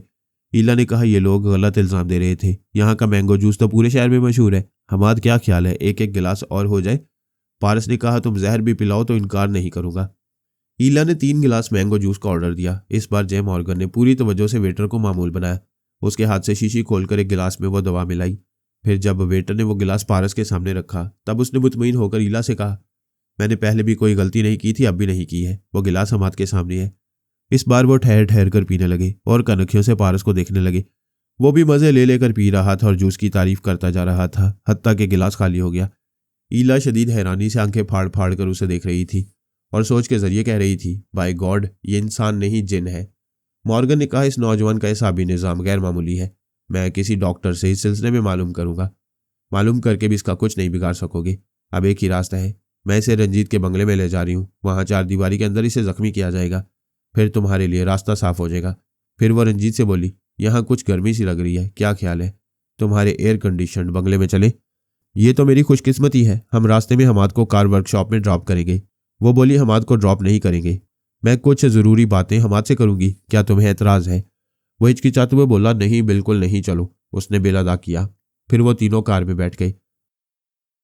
रंजीत नागवारी से मुंह बना रहा था। वो ईला को अपने बेडरूम की तन्हाई में ले जाना चाहता था, लेकिन पारस कबाब में हड्डी बन रहा था। ईला बहुत महंगी लग रही थी। उसे हासिल करने की बेचैनी शदीद होती जा रही थी। अपने बंगले में पहुंचकर उसने पारस से कहा, हमाद तुम यहाँ ड्राइंग रूम में बैठो, हम अभी आते हैं। पारस वहां बैठ गया। वो ईला के साथ दूसरे कमरे में आकर बोला, इसे यहाँ लाने की क्या जरूरत थी? वो बोली, तुमने देखा है, हमने हमाद को 2 बार एसाबी कमजोरी की दवा दी, लेकिन वो नॉर्मल रहा। हमाद को गोली मारो, मैं तुम्हारे हुस्न शबाब का तलबगार हूं। मेरी तलब की बात करो, मैं अभी तुम्हारी तलब पूरी करूंगी, लेकिन उससे पहले हमाद को जख्मी करो। जब तक वो कमजोर नहीं होगा, हमारा टेलीपैथी जानने वाला उसके दिमाग पर कब्जा जमाकर उसे अपना ताबेदार नहीं बना सकेगा। जरा होश की बातें करो, वो हमारे ट्रेनिंग सेंटर का रंग रूट है। मेरे घर में जख्मी होगा तो भेद खुल जाएगा। नहीं खुलेगा। जख्मी होते ही उसे तनवीमी अमल के जरिए अपना गुलाम बना लिया जाएगा। वो हमारे तुम्हारे खिलाफ बयान नहीं देगा, बल्कि हमारे लिए जासूसी करता रहेगा। रंजीत ने सोचती हुई नजरों से उसे देखा, फिर पूछा, वादा करती हो कि तुम इसी वक्त से मेरे बेडरूम में रहोगी? वादा करती हूँ, चलो देर ना करो। उसने अलमारी खोलकर एक रिसीवर निकाला, उसकी नाल में साइलेंसर लगाया। फिर एक महंगी हसीना की जवानी से खेलने के लिए अपने ही मुल्क का गद्दार बनकर अपने ही जासूस को नुकसान पहुंचाने ड्राइंग रूम में आ गया। पारस सोफे से उठकर खड़ा हो गया। रंजीत ने उसकी एक टांग का निशाना लेते हुए कहा, चुपचाप खड़े रहो, मैं तुम्हारी एक टांग जख्मी करना चाहता हूँ। वाह कैप्टन, कोई अपनी खुशी से कड़वी गोली नहीं निकलता और तुम मुझे गोली मारना चाहते हो। मेरा कसूर बताओ। ईला ने कहा, कसूर यह है कि तुम देश पांडे के चमचे हो और योगा के माहिर हो। हमारे दोस्त नहीं बनोगे, हमारे काम नहीं आओगे। रिवॉल्वर से जख्मी होने के बाद सांस नहीं रोक सकोगे। हमारा टेलीपैथी जानने वाला तुम्हें हमारा ताबेदार बना देगा। अगर चाहते हो कि गोली ना चलाई जाए तो हमारी ख्याल खोनी करने वाले के लिए दिमाग का दरवाजा खोल दो। पारस ने कहा, मैं तुमसे पूछता हूं कैप्टन रंजीत, यह गद्दारी का सिलसिला कब से चल रहा है? क्या ईला की तरह इसकी बहन एंजेला भी मुसाद से ताल्लुक रखती है? रंजीत ने कहा, यह पूछकर क्या करोगे? जब तुम पर तनवीमी अमल करके तुम्हें मोसाद तंजीम का वफादार बनाया जाएगा तो तुम्हें बहुत कुछ मालूम हो जाएगा। यह कहते उसने फायर किया। पारस की नज़र उसके रिवॉल्वर पर थी।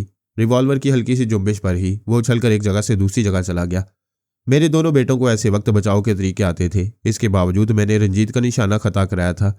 पारस की जेब में मिनी रिकॉर्डर था जिसमें एंजेला और रंजीत की बातें रिकॉर्ड हो रही थी।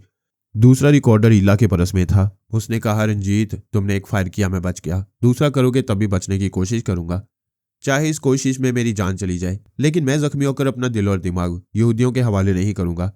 तुम इस हसीना के साथ रात गुजारने के लिए अपने मुल्क से और रात तंजीम से गद्दारी कर रहे हो। आज मैं तुम्हें जरूर बेनकाब करूंगा। ईला ने गुस्से से कहा, रंजीत इसकी बातें क्या सुन रहे हो? गोली चलाओ। फिर गोली चली और निशाना बहक गया। पारस ने उछलकर एक फ्लाइंग किक उसके सीने पर मारी। वह दीवार से टकराया। दूसरी किक रिवॉल्वर पर पड़ी। रिवॉल्वर एक तरफ जाकर फर्श पर गिरा तो ईला दौड़ती हुई गई, उसे झुककर उठाना चाहा, लेकिन मुंह पर ऐसी ठोकर पड़ी कि उलटकर फर्श पर गिरी, फिर उठ ना सकी, बेहोश हो गई। जे मॉर्गन ने रंजीत के जरिए पारस पर हमला किया, लेकिन गोली चलते ही वो अंधे मुंह गिर पड़ा। अपनी टांग पकड़कर तकलीफ से कराने लगा। पारस इत्मीनान से चलता हुआ टेलीफोन के पास आया। सोफे पर बैठकर रिसीवर उठाकर नंबर डायल किए, फिर राब्ता कायम होने पर बोला, हेलो पांडे, कैप्टन रंजीत के ड्राइंग रूम से बोल रहा हूँ। शिकार सबूत के साथ तुम्हारा इंतजार कर रहे हैं, चले आओ। उसने रिसीवर रख दिया।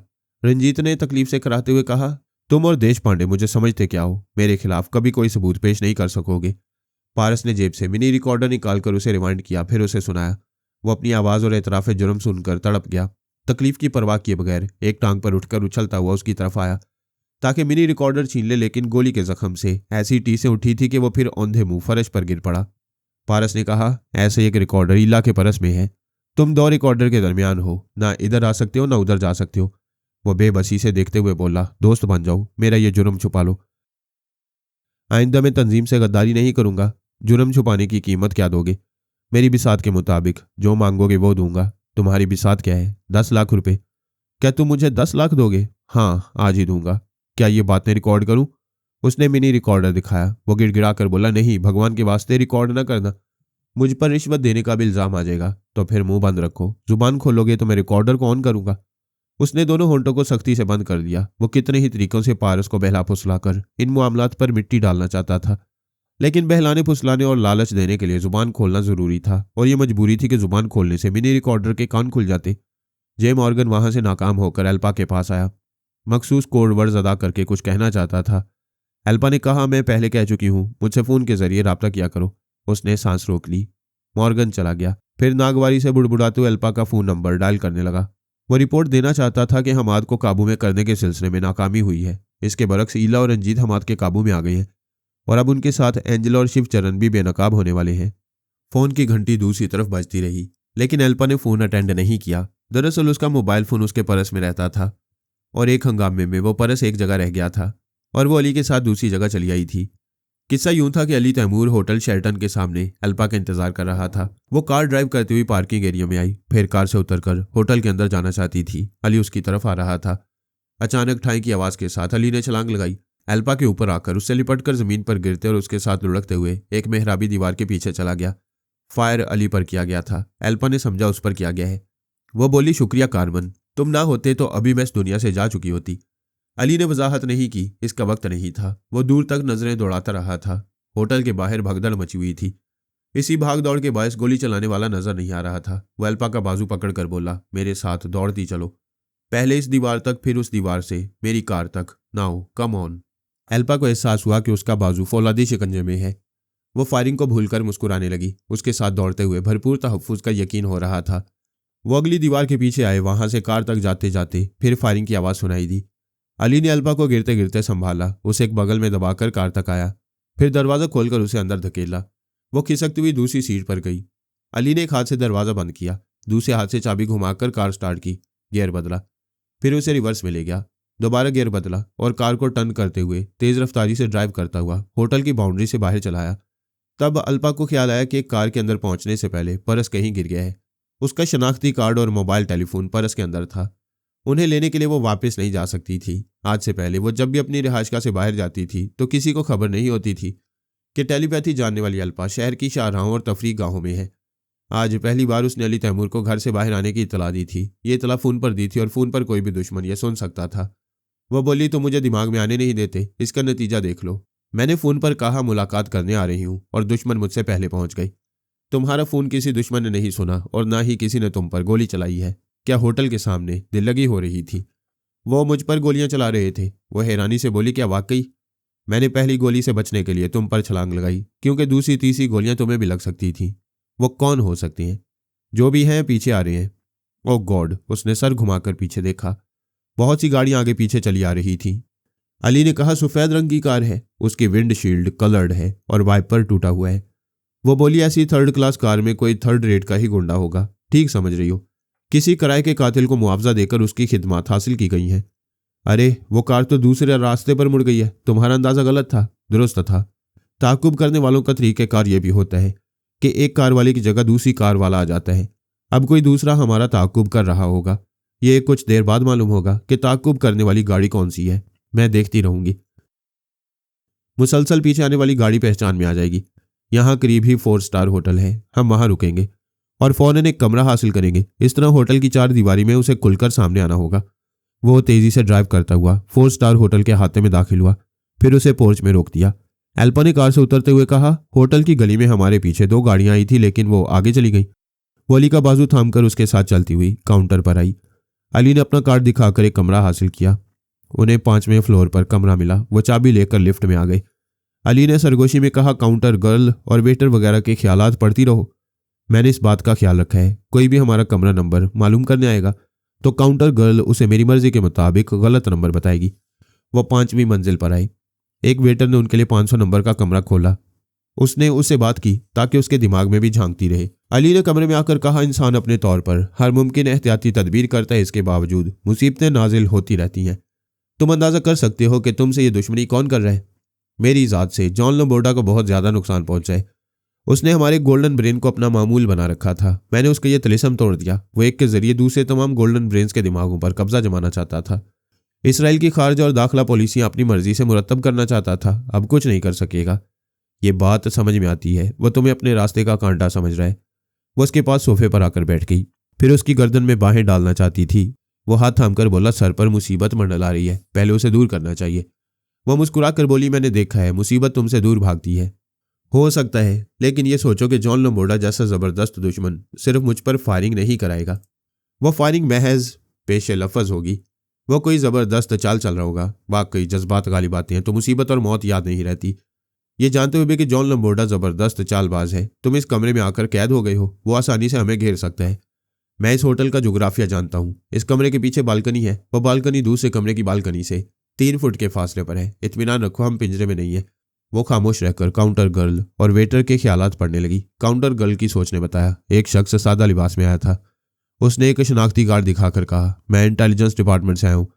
अभी एक नौजवान जोड़ा यहाँ आया है, कमरा नंबर बताओ। काउंटर गर्ल ने नंबर बताया। इसके बाद वो वापस चला गया। एल्पा ने ये बातें अली को बताई। वो बोला, उसके खामोशी से वापस जाने में कोई चाल है। हो सकता है वो बाहर जाकर दूसरों को हमारे कमरे का नंबर बताए और दूसरे लोग काउंटर गर्ल से पूछे बगैर यहाँ धमके। ऐसे वक्त तुम्हारी ख्याल खुआनी काम नहीं आएगी। टेलीफोन की घंटी ने मुखातिब किया। उसने रिसीवर उठाकर पूछा, हेलो कौन है? दूसरी तरफ से आवाज आई, तुम्हारा बाप। अली ने रॉन्ग नंबर कहकर रिसीवर रख दिया। एल्पा ने पूछा, क्या वाकई रॉन्ग नंबर था? हाँ, किसी का बाप था। ये क्या बात हुई? भाई मैंने पूछा कौन है, उधर से कहा गया तुम्हारा बाप, और तुम जानती हो यहाँ मेरा बाप नहीं है, इसलिए रॉन्ग नंबर हुआ। वो खिलखिलाकर हंसने लगी। फोन की घंटी फिर बजने लगी। अली ने रिसीवर उठाकर पूछा, हेलो कौन है? दूसरी तरफ से धाड़ते हुए कहा गया, वो रॉन्ग नंबर नहीं था। ज्यादा स्मार्ट बनने की कोशिश ना करो। हम तुम्हें फायरिंग से ड्राकर ऐसे ही किसी जगह पहुंचाना चाहते थे। तुम हमारी ख्वाहिश के मुताबिक 4 दीवारी में कैद हो गए हो। बरादर तुम बहुत समझदार हो। दुश्मनी की वजह बता दो। तुम्हारी मौत से गोल्डन ब्रेन्स तक पहुंचने के रास्ते खुलेंगे। अच्छा तो तुम लोगों की पुश्त पर जॉन लम्बोर्डा है। एल्पा भी अली से सर जोड़े रिसीवर से आने वाली आवाज़ सुन रही थी। वो दूसरी तरफ से कह रहा था, हाँ, जॉन लम्बोर्डा को तुम समझते क्या हो? उसकी एक फूंक से तुम उड़ जाओगे। उसने तुम्हारे मुकाबले पर एक ऐसी हस्ती को रवाना किया है जिसे देखते ही तुम्हारे होश उड़ जाएंगे। मेरा ख्याल ऐसी कोई हस्ती नहीं है जिसे देखकर मेरे होश उड़ जाएं। बात सिर्फ होश की नहीं, तुम उस पर जवाबी हमला नहीं कर सकोगे। लम्बोर्डा ऐसी ही जबरदस्त चाल चलता है। कॉल बेल की आवाज़ सुनाई दी। फोन पर कहा गया, मैं तुम्हारे रिसीवर से कॉल बेल की आवाज़ सुन रहा हूँ। जाओ दरवाज़ा खोलकर अपनी मौत का इस्तकबाल करो। अली रिसीवर रखकर खड़ा हो गया। एल्पा भी उठते हुए बोली, ये कौन हो सकता है? यही मैं सोच रहा हूँ। जो भी आया है उसे लम्बोर्डा ने बड़े चैलेंज के साथ यहाँ भेजा है। वो सोचता हुआ दरवाजे तक आया, फिर दीवार से लगकर बोला, कौन है? दरवाजे के बाहर से नुस्वानी आवाज़ सुनाई दी, दरवाज़ा खोलो, मैं हूँ, मैं आई हूँ। अली चौंक गया। वो आवाज़ उसकी समात में गूंज रही थी, मैं हूँ, मैं आई हूँ। वो आवाज़ उसकी बीवी पामेला की थी। बीवी मुसीबत बन सकती है, खतरा नहीं बन सकती। आखिर जॉन लम्बोर्डा ने क्या सोचकर उसे भेजा है? अली ने फौरन दरवाज़ा खोला, फिर पीछे हट गया। पामेला दोनों हाथों में रिवॉल्वर थामे खड़ी हुई थी। एल्पा पर नजर पड़ते ही बोली, उसने दुरुस्त कहा था कि एक हसीना मेरे शौहर को मुझसे छीन रही है। उसने एल्पा का निशाना लिया। एल्पा अली के पीछे चली गई। वो बोला, तमाशा ना बनाओ, अंदर आओ। तुम्हें किसने बताया है कि मैं यहाँ मिल सकता हूँ? पामेला ने कहा, कि अब भी समझ में नहीं आया? ये जिस्म तुम्हारी बीवी पामेला का है, लेकिन दिमाग जॉन लम्बोर्डा का है। अली एल्पा के साथ पीछे हटते हुए बोला, अच्छा तो तुम लम्बोर्डा हो, मेरी बीवी को आलाकार बनाकर लाए हो। हाँ, पिछली बार मैंने देखा था तुम बेहतरीन फाइटर हो, मेरे किसी आलाकार के काबू में नहीं आओगे। तब ये आइडिया दिमाग में आया कि पामेला को तुम्हारा हरजाईपन भी दिखाऊंगा और तुम्हारी मौत भी बनाऊंगा। पामेला ये कहती हुई कमरे के अंदर आ गई। उसकी उंगली ट्रैगर पर थी और निशाने पर अली और एल्पा दोनों ही थे। लम्बोर्डा ने पामेला की जुबान से कहा, तुम्हारे मुकाबले पर ऐसी हस्ती है जिससे तुम जंग नहीं कर सकते। ये तुम पर गोलियां चलाएगी, तुम इस पर हाथ नहीं चलाओगे, और अगर तुम इससे रिवॉल्वर छीनना चाहोगे तो जानते हो क्या होगा? अली पूरी तवज्जो से रिवॉल्वर को दिख रहा था। लम्बोर्डा ने कहा, यह तुम्हारी बीवी तुम्हारे सामने अपने ही रिवॉल्वर से खुदकुशी करेगी। तुम इसे जिंदा देखना चाहते हो तो इससे रिवॉल्वर ना छीनना। इसमें शक नहीं कि लम्बोर्डा ने अली को मुश्किल में डाल दिया था। वो पामेला को दिल से चाहने वाला शौहर था। उसके बदन पर हल्की सी खराश लाना भी उसे गवारा नहीं था। वो उसे प्यार और मोहब्बत से अपनी तरफ माइल भी नहीं कर सकता था। उसके हवास पर लम्बोर्डा छाया हुआ था। एल्पा चुपचाप पामेला के दिमाग में गई थी और समझ गई थी कि वहां अपनी सोच की लहरों से पामेला को काबू में नहीं कर सकेगी। उसके हाथ से रिवॉल्वर भी नहीं गिरा सकेगी। उसके दिमाग पर लम्बोर्डा का मुकम्मल कब्जा था। कमरे का दरवाजा बंद था। पीछे बालकनी की तरफ पर्दा पड़ा हुआ था। दिन की रोशनी कमरे के अंदर नहीं थी। वहां सिर्फ एक बल्ब रोशन था और यही एक रास्ता रह गया था। अली ने बिजली किसी तेजी से स्विच को ऑफ करते हुए एल्पा को दूसरी तरफ धक्का दिया। अंधेरा होते ही रिवॉल्वर से गोली चली। तारीकी में शोला सा लपका। पामेला ने अपने शौहर पर गोली चलाई थी। इसके एक साथ बाद ही उसके हलक से चीख निकल गई। अली ने अंधेरे में पामेला को पकड़ लिया था। उसकी कलाई मोड़कर रिवॉल्वर छीन लिया था। उसे अंदाजा था कि सोफा कितने फासले पर है। उसने पामेला को सोफे पर पहुंचाकर कहा, लम्बोर्डा, तुम्हारा ये नापाक इरादा पूरा नहीं होगा। पामेला ना मुझे कत्ल करेगी ना खुदकुशी करेगी। अब रिवॉल्वर मेरे हाथ में है। उसने स्विच बोर्ड के पास आकर बटन ऑन किया। कमरा फिर रोशन हो गया, लेकिन पामेला सोफे पर नहीं थी। उसने सर घुमाकर देखा, वो बालकनी के पास खड़ी थी। लम्बोर्डा उसकी जुबान से कह रहा था, मैंने वार्निंग दी थी कि पामेला से रिवॉल्वर ना छीनना, लेकिन तुमने खुद को बहुत ही ज़हीन और चालाक समझ लिया। अपनी दानिश में रिवॉल्वर छीनकर इसे खुदकुशी से बाज रखा है, मगर देखो और इसे रोको। तुम्हारी प्यारी शरीक हयात जा रही है। वह दौड़ती हुई बालकनी में गई। अली ने उसके पीछे दौड़ते हुए आवाज़ दी, रुक जाओ पामेला, तुम्हें मेरी जान की कसम, रुक जाओ। लेकिन लंबोडा ने उसे रुकने नहीं दिया। अली के बालकनी में पहुंचने से पहले ही पामेला ने रेलिंग पर चढ़कर नीचे छलांग लगा दी। उसकी आखिरी चीख मौत की पस्ती में जाती हुई सुनाई दी। फिर गहरा सन्नाटा छा गया। अली ठिठक गया। इतनी बुलंदी से छलांग लगाने का नतीजा एक नादान भी जानते हैं। उसके दिल पर बोझ सा पड़ गया। मौत से लड़ने वाला अपनी शरीके हयात को मौत से न बचा सका। वो झिझकता हुआ शर्मिंदा सा होकर बालकनी की रेलिंग के पास आया। फिर नीचे देखा। क्या देखा? कुदरत का तमाशा देखा। वो जमीन पर खड़ी हुई थी और सार उठाए 5वीं मंजिल की बुलंदी पर खड़े हुए अली को देख रही थी। चश्मे फलक ने हजारहा कुदरत के तमाशे देखे हैं। ऐसे ही हालात में कहा जाता है, जिसे अल्लाह रखे उसे कौन चखे। अगर यही मान हो कि दस्ते कुदरत से नामुमकिन भी मुमकिन हो जाता है, तो पामेला का जिंदा सलामत रह जाना बहुत ज्यादा हैरानी की बात नहीं थी।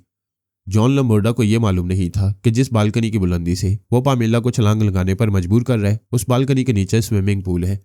पामेला के छलांग लगाते ही लंबोर्डा तो मुतमईन होकर चला गया था कि इतनी बुलंदी से पामेला का बाप भी नहीं बचेगा। लेकिन वो सीधी स्विमिंग पूल के गहरे पानी में गई थी, फिर उभर कर तैरती हुई किनारे पर आ गई थी। उसे हैरानी थी कि अब तक अपने आप में क्यों नहीं थी। अपनी मर्जी के खिलाफ अपने शौहर कार्मन को क्यों हलाक करना चाहती थी, और जब हलाक करने में नाकाम रही तो खुदकुशी करने के लिए बालकनी से कूद पड़ी थी। वो स्विमिंग पूल से निकलकर किनारे खड़ी होकर सर उठाए 5वीं मंजिल की तरफ देखने लगी। ऊपर अली नजर आया तो उसने हाथ हिलाकर पूछा, ये क्या हो रहा है? मैंने छलांग क्यों लगाई थी? अली ने ऊपर से चीख कर कहा, वहीं रहो, मैं आ रहा हूं। फिर उसने पलटकर एल्पा के पास आकर उसके दोनों बाजुओं को खुशी से जकड़ लिया। उसे झिझोड़ते हुए कहा, वो जिंदा है, मेरी पामेला जिंदा है। प्लीज फौरन उसके दिमाग पर कब्जा जमाओ, अभी वो नॉर्मल है। इसका मतलब है लंबोर्डा ने उसे आज़ाद छोड़ दिया है।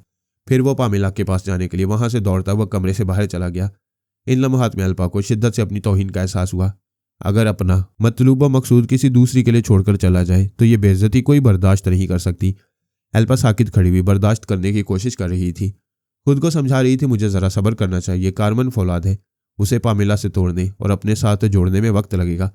फिर कार्मन, पामेला और मेरे दरमियान सरकारी मामलात हैं। मुझे जज्बात में बहकर फराइज को नहीं भूलना चाहिए। वह थोड़ी देर तक अपने आप को समझाती रही, फिर पामेला के दिमाग में गई। अली उसे आगोश में लेकर भरपूर मोहब्बत से पेश आ रहा था। अल्पा फौरन ही वापस आ गई। वैसी ही दीवानावार मोहब्बत चाहती थी जो दूसरी को मिल रही थी। उसका फर्ज था कि वह अल्पा के दिमाग पर कब्जा जमा कर रखती ताकि लंबोर्डा दोबारा उसे आकर नुकसान ना पहुंचाए। लेकिन उसने नागवारी से सोचा, लंबोर्डा आता है तो आए, मैं पामेला की चौकीदार नहीं हूं। अगर उसे नुकसान पहुंचेगा तो मैं रिपोर्ट दूंगी कि मुझसे पहले फिर एक बार लंबोर्डा उसके दिमाग पर कब्जा जमा चुका था, इसलिए मैं पामेला को ना बचा सकी। वह आहिस्ता आहिस्ता चलती हुई बालकनी में आई। वहां से देखा नीचे स्विमिंग पूल के किनारे कार्मन अपनी शरीक के हयात पर कुर्बान हो रहा था। अल्पा को यह महरूमी गुस्सा दिला रही थी कि वो कार्मन को अपने लिए होटल के इस कमरे में लाई थी। जो कुछ उसे हासिल होना था वो पामेला को हासिल हो रहा था। सवाल यह भी पैदा हो रहा था, क्या पामेला कार्मन को अपने साथ ले जाएगी और वह तन्हा नामुराद रह जाएगी? अगरचे बीवी का हक ज्यादा होता है, लेकिन पहले आओ पहले पाओ के असूल के मुताबिक अल्पा ने आज इस मर्द को पहले पाया था और पाकर भी महरूम हो रही थी। वो बर्दाश्त ना कर सकी। अल्पा के अंदर पहुंचकर उसे अली से अलग कर दिया। उसने पूछा, क्या हुआ, मुझसे दूर क्यों हो गई? वो सोचती हुई नजरों से अली को देखते हुए बोली, पता नहीं कैसे दूर हो गई, मैं तो तुम्हारे अंदर समा जाना चाहती थी। अली ने फौरन सर उठाकर देखा। 5वीं मंजिल की बालकनी की रेलिंग पर अल्पा दिखाई दी। नजरें मिलते ही वो रेलिंग से हट गई। बालकनी में नजरों से ओझल हो गई। बड़ी हद तक बात समझ में आ गई। उसने अल्पा से कहा था कि पामेला के दिमाग पर छा जाए ताकि लंबोर्डा फिर कोई शैतानी हरकत न करे। अगर अभी लंबोर्डा ने उसकी बीवी को उसकी आगोश से अलग किया है तो इसका मतलब है अल्पा ने फर्ज की अदायगी में कोताही की है। अगर वो फर्ज शनास है और पामेला के दिमाग में मौजूद रही थी तो फिर उसने बीवी को शौहर से अलग किया है। अली ने तस्लीम किया कि वो औरत जो अपने जज्बात लेकर उसके साथ आई थी वो शौहर के साथ बीवी के भी जज्बात बर्दाश्त नहीं कर रही थी। उसे चाहिए था कि वो ऊपर से अल्पा को अपने साथ पामेला के पास लाता, लेकिन उसने पामेला की नई जिंदगी की खुशी में भूलकर अल्पा का भाव गिरा दिया था और उसे हसद की आग में जला रहा था। वो पामेला का हाथ थामकर होटल की लॉबी में आया। पामेला को एक सोफे पर बैठने को कहा। फिर टेलीफोन के पास जाकर रिसीवर उठाकर ऑपरेटर से कमरा नंबर 505 से राब्ता करने को कहा। आधे मिनट में राब्ता हो गया। अल्पा की आवाज़ सुनाई दी। वो बोला, सॉरी पामेला, को जिंदा पाकर खुशी में बहुत कुछ भूल गया। मेरे जज्बात को समझो, मैंने तुम्हें नज़रअंदाज नहीं किया है। तुमने अभी राब्ता करके साबित कर दिया कि मुझे नज़रअंदाज नहीं किया है। मेरा ख्याल है कि मुझे कबाब में से निकल जाना चाहिए। ऐसी बातें ना करो, आज हमारी पहली मुलाकात है। ये मुलाकात इतनी जल्दी ख़त्म नहीं होगी। तुम्हारी बीवी को दुख होगा। तुम नीचे आओ, हम इसे घर पहुंचाएंगे। तुम इसे सुला देना, इसके बाद हमें दुश्मनों से भी निपटना है और प्यार भरे दिन भी गुजारने हैं। वो खुश होकर बोली, तुम इसे घर ले जाओ, मैं अपने घर जा रही हूँ, वहां से अल्पा पर अमल करूंगी। इसके दिमाग को लॉक कर दूंगी तो लंबोडा कभी इसे नुकसान नहीं पहुंचा सकेगा। अली ने रिसीवर रख दिया, पामेला को लेकर घर की तरफ जाने लगा। वो नॉर्मल थी। जॉन लंबोडा पलट कर नहीं आया। उसे 5वीं मंजिल से छलांग लगाने पर मजबूर करने के बाद वो मुतमईन हो गया था कि वो मर चुकी है। कार्मन अपनी बीवी का मातम कर रहा होगा। जोश और गुस्से में आकर वो और उसका ससुर कोई ऐसी अहमकाना हरकत कर सकती हैं जिसके नतीजे में उसे फिर एक बार गोल्डन ब्रेन्स के दरमियान जगह बनाने का मौका मिल सकेगा। वो दूसरे मामलात में मसरूफ रहकर इस बात का मुंतजिर था कि कार्मन या रॉजर मूस सिफारती सतह पर उसे पामिला के कत्ल का इल्जाम देंगे। वो अपने खास टेलीपैथी जानने वाले बीजी थर्माल के सिलसिले में मसरूफ था। उसके लिए खतरा बढ़ता जा रहा था कि फरहाद अली तैमूर थर्माल की असलियत मालूम कर चुका है। वो थर्माल को फरहाद के खतरे से बचाने की फिक्र में था। जब कई घंटे गुजर गए तो उसने सोचा, पामेला की मौत का रद्द-ए-अमल क्यों नहीं हो रहा। वह दूसरे मामलात में मसरूफ रहकर इस बात का मुंतजिर था कि कार्मन या रॉजर मूस सफारती सतह पर उसे पामेला के कत्ल का इल्जाम देंगे। उसने ख्याल ख्वानी के जरिए तिलबैब में रहने वाले आलाकार को मुखातिब किया, फिर पूछा, पामेला की मौत का रिएक्शन क्यों नहीं हो रहा। जनाब, कैसी मौत, वो तो जिंदा है। जिंदा है? क्या बकवास कर रहे हो। आपने उसे 5वीं मंजिल से गिराया था, लेकिन लोकेशन का ख्याल नहीं रखा था। उस हिस्से में स्विमिंग पूल है, वो पानी में गिरी थी। लंबोडा की समझ में आ गया। उसने आसपास के माहौल को अच्छी तरह नहीं समझा था। यही यकीन काफी था कि बुलंदी से गिरने वाली जिंदा नहीं बचेगी। उसने ख्याल ख्वानी की परवाज की, पामेला के पास आया। उसने सांस रोक ली। वह वापस आ गया। यह दूसरी नाकामी थी। तनवीमी अमल के जरिए उसके दिमाग को पराई सोच की लहरों के लिए हसास बना दिया गया था। अब वो पामेला को कार्मन की कमजोरी नहीं बना सकता था। उसने अपने आलाकार से पूछा, क्या तुम में ऐसे ज़हीन और चालाक लोग नहीं हैं जो कार्मन को काबू में कर सकें या उसे कहीं भी गोली मार सकें। ऐसे लोग हैं। मेरी पूरी कोशिश यही होगी कि जहां भी मौका मिले उसका काम तमाम कर दिया जाए। क्या ये मालूम हुआ कि होटल के कमरे में कार्मन के साथ वो लड़की कौन थी। ये मालूम ना हो सका। वो होटल से कहीं चली गई थी। कार्मन अभी कहाँ होगा, पता नहीं सर। पामेला के जिंदा बचने के बाद हम 2 घंटे तक आपका इंतजार करते रहे। आपने राब्ता नहीं किया तो यही समझ में आया कि आप कार्मन और पामेला को नज़रअंदाज कर रहे हैं। मैं राब्ता ना करूं तो इसका यह मतलब नहीं है कि तुम लोग ड्यूटी छोड़ दो। मैं हज़ारों मामलात में मसरूफ रहता हूं और तुम लोग एक मामले को हैंडल नहीं कर सकते। तुम लोगों की नालायकी से मुझे नाकामियों का मुंह देखना पड़ता है। वह दिमागी तौर पर हाजिर होकर सोचने लगा। उसकी अपनी भी गलतियां थीं। उसने आसपास तवज्जो दिए बगैर पामेला को पानी में गिरा दिया था। पामेला और कार्मन पर इतनी तवज्जो दी थी कि बाकी अहम बातें भूल गया था। उसने ये मालूम करना जरूरी नहीं समझा कि कार्मन के साथ जवान दोशीज़ा कौन थी। अगर मालूम हो जाता कि वह अल्पा थी तो पामेला को छोड़कर उस टेलीपैथी जानने वाली के पीछे पड़ जाता। अल्पा ने जान लंबोडा का रास्ता रोकने के लिए पामेला पर तनवीमी अमल किया था। इसके बाद फ़ोन पर अली से पूछा, अब कहाँ मुलाकात होगी। उसने कहा, अब तक जॉन लंबोडा को मालूम हो चुका होगा कि वो इंतकामी कार्रवाई में नाकाम रहा है। उसके आलाकार हमें होटल तफरी गाहों में ढूंढते फिर रहे होंगे। मेरी रिहाइशगाह की भी निगरानी हो रही होगी। देखो कार्मन, वादे से ना फिरना। आंधी आए तूफान आए, मैं आज तुमसे जरूर मिलूंगी। मिलने की एक ही जगह है। कौन सी जगह है वो? मैं कांटों पर भी चल कर आऊंगी। यहाँ दोस्त और दुश्मन तुम्हें सूरत से नहीं पहचानते। क्या यह दुरुस्त है? दुरुस्त है। आज भी तुम मेकअप में रही, वो तुम्हारा असली चेहरा नहीं था। यह भी दुरुस्त है। और अभी तुम अपनी रिहाइशगाह में हो। हाँ, मगर कहना क्या चाहते हो? यही कि अगर मैं तुम्हारे घर चलाऊं तो वहां हम दोनों दुश्मनों को नजर नहीं आएंगे। दुश्मन तुम्हारा ताकुब करते हुए आ जाएंगे। मैं हुलिया बदल कर आऊंगा। ना कोई पहचानेगा ना ताकुब करेगा। कार्मन, आज तक मैंने किसी को अपनी रिहाइशगाह का पता नहीं बताया है। अगर किसी में मैं भी शामिल हूं तो मुझे भी ना बताओ। मैं तुम्हारे लिए एक असूल तोड़ सकती हूँ, लेकिन गोल्डन ब्रेन्स ने मुझे सख्ती से ताकीद की है कि मेरी रिहाइशगाह का इल्म किसी को नहीं होना चाहिए। गोल्डन ब्रेन्स को तो इल्म होगा। 6 गोल्डन ब्रेन्स में से एडगर सलोमिन और मेजर यार्डले मेरी रिहाइशगाह जानते हैं। वास्को डी थर्मा और जॉन रॉबिन को जे मॉर्गन का पता मालूम है। रॉजर मूस और जॉन नोबल हमारे तीसरे ख्यालख्वानी करने वाले हैरी हॉगन का घर जानती हैं। अली ने कहा, मैं एडगर सलोमिन की जगह गोल्डन ब्रेन हूँ, लिहाजा मुझे तुम्हारा पता मालूम होना चाहिए। अभी तुम मुस्तकिल नहीं कायम मुकाम गोल्डन ब्रेन हो। इसलिए कहती हूँ कि उसूल तोड़कर तुम्हें पता बता रही हूँ। मैं तिलबैब में नहीं हूँ। तुम घर से निकलो और हाईवे पर आओ। जब तुम्हें यकीन हो जाए कि कोई ताकुब नहीं कर रहा है तो मैं फ़ोन के जरिए पता बता दूंगी। अली पामेला को उसके मैके यानी रॉजर मूस के घर लाया था। वहीं एक बेडरूम में अल्पा ने उसे तनवीमी नींद सुला दिया था। रॉजर मूस के बंगले के अतराफ सख्त पहरा रहता था। दूर दूर तक नजर रखी जाती थी कि कोई इस बंगले की निगरानी न कर सके। अली अपनी शरीका हियात को वहां छोड़कर अपना हुलिया तब्दील कर चुका था। पहरा देने वाले एक फौजी का बहरूप बदल चुका था। मुसल्ला जवानों की ड्यूटी बदल रही थी। वह ड्यूटी बदलने वालों के साथ फौजी गाड़ी में गया। फिर एक अफसर के घर पहुंचकर वहां लिबास तब्दील करने के बाद एक कार ड्राइव करता हुआ हाईवे पर आ गया। उसने मोबाइल फोन पर राब्ता किया, फिर कहा, मैं हाईवे पर हूं। अल्पा ने कहा, वहां से साहली रास्ते पर आ जाओ। 60 मील की ड्राइव है। मैं हैफा में हूं। ठीक है, मैं आ रहा हूँ। उसने राब्ता ख़त्म कर दिया। मैंने अली से कह दिया था कि 2 घंटे बाद आऊँगा, इसलिए वो सुस्त रफ्तारी से कार चलाते हुए हैफा की सिमत जाने लगा। वो फितरतन हवा बेजार था। ये चाहता था कि अल्पा के साथ तन्हाई में 1 मिनट भी ना गुजारना पड़े। उससे मुलाकात होते उसे साबी कमजोरी में मुब्तला कर दे, फिर उसका फ़र्ज पूरा हो जाएगा और मैं उसे अपनी मामूला और ताबेदार बना लूँगा। उसे 1.25 घंटे में वहाँ पहुँचना चाहिए था, वो 2 घंटे में पहुँचा। अल्पा ने उसे देखते हुए पूछा, तुम कार में आ रहे थे या खच्चर पर? क्या इतनी देर लगती है? वो बात बनाते हुए बोला, मैंने सुना है महबूब को इंतज़ार में जितना तड़पाया जाए उतनी ही मोहब्बत बढ़ती जाती है। कभी इसके बरक्स भी होता है, मोहब्बत करने का चांस ख़त्म हो जाता है। ऊपर से अहकामात सादिर हुए हैं कि हमें इसी वक्त जोलान के पहाड़ी इलाके में जाना है। अली ने कमरे में आकर फ़ोन के जरिए रॉजर मूस से रब्ता किया, फिर पूछा, अंकल क्या नए अहकामात हैं? हाँ, जोलान की पहाड़ी बस्तियों में अरबों की अक्सरियत को ख़त्म करना है और एथोपिया से आने वाले यहूदियों को वहाँ आबाद करना है। लेकिन वहाँ 4 गांव के अरबों ने मुनज़्ज़म बगावत की है। हमारी फ़ौज ने उनका मुहासरा किया है। अल्पा उन बागियों के सरबराहों के दिमागों में पहुंचकर उनके बागियाना जज्बात को ख़त्म करेगी और हमारी ताबेदारी पर मजबूर करेगी। उनमें से जो अरब काबू में ना आए उसे तुम जहन्नुम में पहुंचाओगे। अच्छी बात है, मैं अल्पा के साथ जा रहा हूँ। अल्पा ने वीडियो कैमरा और एक बैग लिया। उस बैग में लिखने पढ़ने का सामान था ताकि वो लेडी अखबार रिपोर्टर दिखाई देती रहे।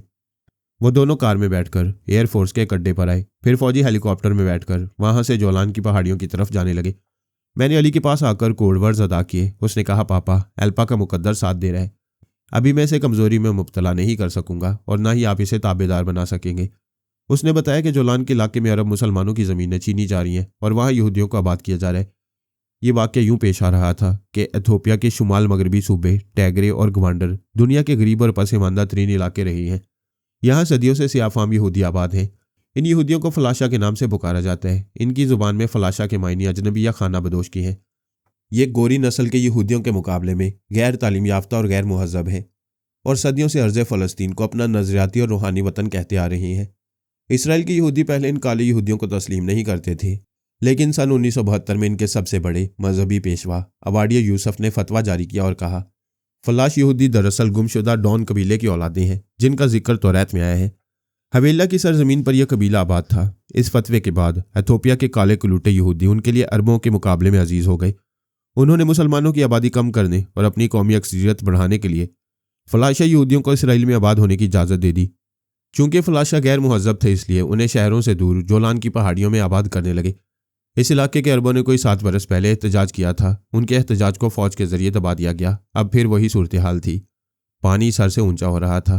फलाशा यहूदियों की मुदाखलत और उनकी आबादकारी अरब मुसलमानों की बर्दाश्त से बाहर हो गई थी, इसलिए बगावत शुरू हो गई थी। खास मुसलमान बागियों को हलाक करने का नापसंदीदा और गैर इस्लामी फरीज़ा अली तैमूर के सारा पड़ा था। हेलीकॉप्टर पहाड़ी के सामने एक मैदान में उतरा। अली और अल्पा ने देखा, पहाड़ी के नशेबो फराज में कच्चे पक्के मकानात नजर आ रहे थे। मकानों के दरवाजे बंद थे क्योंकि बस्ती में कर्फ्यू नाफिज किया गया था। हवा के लिए सिर्फ खिड़कियां खुली हुई थी। एक फौजी अफसर ने 2 सिपाहियों के साथ उनका इस्तकबाल किया। उनके लिए एक जीप मखसूस की गई थी। अली ने अल्पा के साथ जीप में बैठते हुए अफसर से पूछा, क्या पोजीशन है? अफसर ने कहा, हमने 3 दिन हुए पानी और बिजली की सप्लाई बंद कर दी है, फिर भी ये कमबख्त मुसलमान बागियाना हरकतों से बाज नहीं आ रहे। कर्फ्यू के वक्त में फलाशा यहूदियों को कत्ल करते हैं और उनके घरों से राशन चुरा कर ले जाते हैं। अली ने कहा, पानी और बिजली की तरह राशन की भी सप्लाई बंद की है। यह तो जुल्म है। बस्ती में औरतें और बच्चे भी हैं। अफसर ने कहा, सर, हमारी यहूदियों की भी औरतें और बच्चे हैं। पानी और बिजली की सप्लाई बंद करने से हमारी कौम के लोगों पर भी मुसीबत आ गई है। अल्पा ने कहा, बस्ती का मुहासरा करने और कर्फ्यू नाफिज करने से मसला हल नहीं होगा। तुम कहते उन्हें 3 दिनों से पानी नहीं दिया गया है। आखिर वो पीते क्या हैं और जीते कैसे हैं? मादाम इन पहाड़ियों में गार और पेचीदा दर्रे हैं। असल बगावत करने वाले अरब वहाँ छुपे रहते हैं। उन्हें जब भी मौका मिलता है वो फायरिंग करते हुए आते हैं और मुसलमानों के कई घरों में पानी के मशकीज़े देते हुए वापस चले जाते हैं। अल्पा ने पूछा, क्या तुम्हारा मुहासरा मजबूत नहीं है? मजबूत है, मगर बस्ती के पीछे पहाड़ियाँ हैं। वहाँ पहरा देने वाले हमारे अक्सर फौजी मारे जाते हैं। ये पता नहीं चलता वो कहाँ से फायरिंग कर रहे हैं। वो मुहासरा तोड़ने के बाद बस्ती में आते हैं, फिर वापस लौट जाते हैं। अली ने पूछा, क्या तुमने बस्ती में ऐलान कराया है कि 2 मुसलमान अखबारी रिपोर्टर और फोटोग्राफर सूरत हाल का जायजा लेने और उनके मसाइल दुनिया वालों तक पहुंचाने आए हैं? जी हाँ, हम पिछले 4 घंटों में 2 बार ऐलान करा चुके हैं। बस्ती के अंदर जाने के लिए एक बंद गाड़ी में जाना पड़ता है। अरब औरतें और बच्चे छुप छुप कर पत्थर मारते हैं। अल्पा ने परेशान होकर कहा, हमारी आमद के ऐलान पर पत्थर मारने का मतलब ये है कि वो हमें मुसलमान नहीं समझ रहे या जर खरीद मुसलमान समझ रहे हैं। अली चाहता था कि अल्पा बस्ती में जाकर किसी मुसलमान की आवाज़ ना सुने। उसने कहा, तुम ना जाओ, मैं तन्हा जाऊंगा, पहले उनका एतमाद हासिल करूंगा। वो बोली, तुम्हारी जान सस्ती नहीं है, मैं तुम्हें नहीं जाने दूंगी, हम दूसरी तदबीर आजमाएंगे। वो तदबीर क्या है? वो फौजी अफसर से बोली, तुम अपने जवानों के साथ बंद गाड़ी में जाओ और ऐलान करो कि 2 मुसलमान रिपोर्टर और फोटोग्राफर आ चुके हैं। इस बस्ती के 2 मुअज़्ज़ज़ अरब कैंप में आकर उनसे मुलाकात करें। अगर मुअज़्ज़ज़ अरबों को यकीन हो जाए कि ये अखबार वाले मसाइल के पुरअमन हल के लिए आए हैं, तो फिर रिपोर्टर और फोटोग्राफर बस्ती में आएंगे, फिर पानी और बिजली की सप्लाई बहाल करेंगे। ये माकूल तदबीर थी। अफसर ने बंद गाड़ी में बैठकर ये ऐलान किया तो 2 बुजुर्ग बस्ती से बाहर कैंप में आए। उन्होंने अली और अल्पा से मुसाफिया किया। अली ने उन्हें सलाम करते हुए मुसाफिया गर्मजोशी से किया। एक बुजुर्ग ने पूछा, तुम्हारा नाम क्या है? मेरा नाम असद अली है। बुजुर्ग ने कहा, तुम मुसलमान हो मगर ये लड़की मुसलमान नहीं है। अल्पा ने बुजुर्ग को घूर कर देखा। अली ने पूछा, ये आप कैसे कह सकती हैं? इस्लामी तौर तरीके जाहिर कर देते हैं। ये मुसलमान होती तो तुम्हारी तरह बुजुर्गों को सलाम करती। अली ने कहा, आला हजरत, ये सलाम करना भूल गई। भूलने की सज़ा ये तो नहीं हो सकती कि इसे इस्लाम से खारिज कर दिया जाए। जब दाखिल ही नहीं थी तो इसे खारिज करने का सवाल ही पैदा नहीं होता। तुम या तो इस लड़की से पूरी तरह वाकिफ नहीं हो या फिर इसके फ़रेब में शामिल हो। एल्पा ने कहा, मिस्टर ओल्ड मैन, तुम मुझे फ़रेबी कह रहे हो? लड़की, तुम एक बला हो। अभी तुमने तलावत कलाम पाक के दौरान मखल होना चाहा, फिर वापस चली गई। एल्पा शदीद हैरानी से उस मुअम्मर शख्स को देखने लगी। वह सफ़ेद लिबास में थे, दाढ़ी और सर के बाल भी सफ़ेद थे और कोई फरिश्ता लग रहे थे। हकीकत तो यह है कि अल्पा की तरह मैं भी बुजुर्ग के दिमाग में गया था। मैं एक तवील अरसे से ख्याल ख्वानी करता आ रहा हूँ। हज़ारों इंसानों के दिमागों में जाकर मैंने अजब तमाशे देखे भी हैं और अजब तमाशे किए भी हैं, लेकिन बुजुर्ग के दिमाग में खुदावंद करीम की हैरान कर देने वाली कुदरत देखी। वह बुजुर्ग अल्पा और अली के सामने ज़ुबान से गुफ्तगू कर रहे थे और उनका दिमाग तलावत में मसरूफ़ था। मैंने उनके ख्यालात पढ़ने की कोशिश की लेकिन ना पढ़ सका। अल्पा ने भी यही कोशिश की होगी। उनके दिमाग पर कब्जा जमाना चाहा होगा, लेकिन कलाम इलाही पर कौन कब्जा जमा सकता है? वो कलाम, वो आयतें बुजुर्ग के पूरे दिमाग पर छाई हुई थी। हमारी सोच की लहरों के लिए वहां कोई जगह नहीं थी। अल्पा को यह सुनकर गुस्सा आ रहा था कि बुजुर्ग ने उसे बुला कहा है। वो गुस्सा बर्दाश्त कर रही थी। उनके खिलाफ कोई कदम उठाकर पूरी बस्ती को मुश्तिल करना नहीं चाहती थी। अली ने कहा, मोहतरम, मैं अपनी साथी की तरफ से मुआफ़ी चाहता हूँ। अब हमें बस्ती के मसले पर गुफ्तगू करना चाहिए। उन्होंने कहा, तेल अबैब में अरबों को रिहाइश इख्तियार करने की इजाज़त नहीं दी जाती। हम यहूदियों को अपनी बस्ती में देखना नहीं चाहते। अफसर ने कहा, यह मुल्क हम यहूदियों का है, तुम्हारा नहीं है। तौरात, इंजील और कुरान मजीद तमाम आसमानी किताबें गवाह हैं कि सरजमीन फ़लस्तीन यहूदियों, ईसाइयों और मुसलमानों की मुश्तरका रूहानी मलकियत है। अल्बा ने कहा, तारीख गवाह है कि इस ज़मीन पर सबसे ज़्यादा यहूदी रहते आए हैं। बुजुर्ग ने कहा, और तारीख गवाह है कि सबसे ज़्यादा यहूदी जलीलो ख्वार करके इस ज़मीन से निकाले गए। शाही हैड्रन ने सन 135 में तुम्हारी कौम को बैतुल मुकद्दस से निकाल दिया था। इस शहर में सदियों तक तुम्हारी कौम का दाखिला ममनू रहा।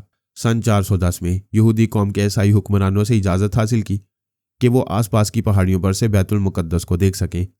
19वीं सदी में तुम्हारे पेशवाओं की दरख्वास्त पर तुम्हारे आबा अजदाद को हरम के बाहर दीवार के दूसरी जानिब गरिया गुजारी की इजाज़त दी गई, लेकिन यह हुक्म था कि वह दीवार से 30 फुट दूर रहे। लड़की, तू तारीख की बात करती है और तारीख बताती है कि तुम्हारी कौम कैसी जलील और शिकस्त खुर्दा जिंदगी यहाँ गुजारती रही है। यहूदी दुनिया की सबसे मक्कार कौम है। इस कौम ने पहले दूर से पहाड़ियों से बैतुल मुकद्दस को देखने की इजाज़त हासिल की, फिर बैतुल मुकद्दस से 30 फुट के फासले तक आने की इजाज़त ली और आज पूरे फ़लस्तीन के मालिक व मुख्तार बन गई है। एल्बा ने कहा, तुम हमारे अमल को मकारी कहते हो और सारी दुनिया से सियासत कहती है। इस बहस का कोई फ़ायदा नहीं। मैं और मेरा साथी बस्ती में जाकर दूसरे मुअज़्ज़िज़ीन और उन बागियों से गुफ्तगू करना चाहते हैं जिन्हें तुम मुजाहिदीन कहते हो। होना तो ये चाहिए कि सिर्फ ये मुसलमान असद अली हमारी बस्ती में आए, लेकिन ये आगही है कि ये लड़की हमारी बस्ती में आएगी तो इसका दिल और इसकी दुनिया बदल जाएगी। जो कातबे तकदीर की मर्जी वो हमारी मर्जी है। जब चाहो चले आओ। वह बुजुर्ग अपने साथी बुजुर्ग के साथ चले गए। रात की तारीकी फैल चुकी थी। अली ने अफसर से कहा, हमारी रवानगी से पहले बस्ती की बिजली और पानी बहाल कर दो। अफसर ने मातहत को हुक्म दिया, जो तार काटे गए उन्हें जोड़ दो और पानी का वाल्व खोल दो।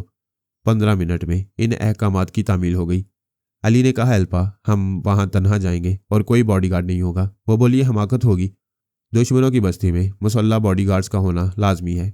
क्या वो तमाम मुसल्ला फौजियों को दाखिल होने देंगे? मैं तमाम की बात नहीं कर रही हूँ। कम से कम 4 मुसल्ला जवानों को हमारे साथ होना चाहिए। अगर कोई गड़बड़ होगी तो वो चारों क्या हमें जिंदा सलामत बस्ती से निकाल कर ला सकेंगे? जबकि ये फौज बस्ती में दाखिल होने की जरूरत नहीं करती है। पहाड़ी गारों और चट्टानों के पीछे मुजाहिदीन ने मोर्चे बना रखे हैं। वो कायल होकर बोली, दुरुस्त कहते हो। 2-4 बॉडीगार्ड्स हमारे काम नहीं आ सकेंगे, लेकिन हमें उनकी मौजूदगी से ज़रा हौसला रहेगा। कमज़ोर हौसले और झूठी तसल्ली से तहफ़्फ़ुज़ हासिल नहीं होता। अगर हम बॉडीगार्ड्स के बगैर जाएंगे तो वह मुतासिर होकर सोचेंगे कि हम उन पर भरोसा कर रहे हैं, इसलिए किसी फौजी के बगैर आए हैं। वो परेशान होकर बोली, क्या मुसीबत है? बस्ती के 2 बूढ़े आए, एक गूंगा रहा, दूसरा बोलता रहा। मैं बोलने वाले के दिमाग पर कब्जा न जमा सकी, इसलिए बस्ती में जाना ज़रूरी हो गया है। तो फिर चलो, फिक्र न करो, मैं तुम्हें जिंदा सलामत वापस लाऊंगा। वली के साथ जीप में बैठकर बस्ती में दाखिल हुई। बिजली की बहाली से रास्ते, गलियां और मकान रोशन हो गए थे। औरतें और बच्चे हाथों में पत्थर लिए अपने मकानों की खिड़कियों से झांक रहे थे। कई मर्द बंदूक के लिए छतों पर और पहाड़ी टीलों पर नजर आ रहे थे। एल्पा बुरी तरह सहमी हुई थी, लेकिन कोई हमला नहीं कर रहा था। सब हैरानी से और सवालिया नजरों से देख रहे थे, क्योंकि यहूदी बंद गाड़ी में मुसल्ला जवानों के साथ आए थे, जबकि एल्पा और अली खुली जीप में आए थे और उनके साथ मुसल्ला फौजी नहीं थे। एक रास्ते पर वही फरिश्ता सूरत और फरिश्ता खसलत बुजुर्ग चंद बस्ती वालों के साथ खड़े हुए थे। अली ने उनसे दूर अपनी जीप रोक दी। एल्पा के साथ जीप से उतरकर पैदल चलता हुआ उनके करीब गया। सब लोगों ने गर्म जोशी से इस्तकबाल किया। बुजुर्ग ने कहा, यह सामने वाला मकान तुम्हारे क़याम के लिए है, हमारे साथ आओ। यहाँ मसाइल पर गुफ्तगू भी होगी और सुबह तक क़याम भी रहेगा। एल्पा ने कहा, हम यहाँ रात नहीं गुजारेंगे, मुज़ाकरात के बाद चले जाएंगे। बुजुर्ग ने कहा, तुम्हारे मुकद्दर में लिखा है कि आज रात हमारी मेहमान रहोगी। मैं तकदीर बदलना जानती हूँ। ठीक 5 मिनट के बाद बिजली चली जाएगी, तारीकी में कैसे जाओगी? अली ने कहा, फौजी अफसर ने यकीन दिलाया है बिजली नहीं काटी जाएगी। हमारी बस्ती में फौजी अफसर के हुक्म से बिजली नहीं रहेगी। मुजाहिदीन अभी तार काट देंगे। ताज्जुब है, बिजली लाजमी होती है और आप लोग तार काट कर तारीकी में रहना चाहते हैं, इसमें मसलियत क्या है? मुजाहिदीन तारीकी में छुपकर यहाँ बीवी बच्चों से मिलने आते हैं, पानी के मशकीज़ें लाते हैं, फिर चले जाते हैं। तुम लोगों ने बिजली की फराहमी रोककर इसे हमारे लिए जहमत बनाना चाहा। तुम्हारा ये अमल रहमत बन गया है। वो बातें करते हुए मकान के अंदर आए। एल्पा ने इस दौरान 2-4 अरबों को मुखातिब किया। उनसे कहा, अपने मसाइल बयान करो, मैं अखबार में लिखूंगी। जवाब में वो नजरें नीची किए खामोश रहे। बुजुर्ग ने कहा, यह सआदतमंद है। जब बातें करने वाला एक बुजुर्ग मौजूद हो तो इसकी मौजूदगी में अदब से खामोश रहते हैं। एल्पा का मकसद पूरा नहीं हो रहा था। ना कोई बोल रहा था, ना उससे नजरें मिला रहा था। ख्याल ख्वानी के दोनों रास्ते बंद थे। वो किसी के अंदर पहुंचकर उसे अपना अल्लाहकार नहीं बना सकती थी। उसके जरिए मुजाहिदीन के दिमागों में नहीं पहुंच सकती थी।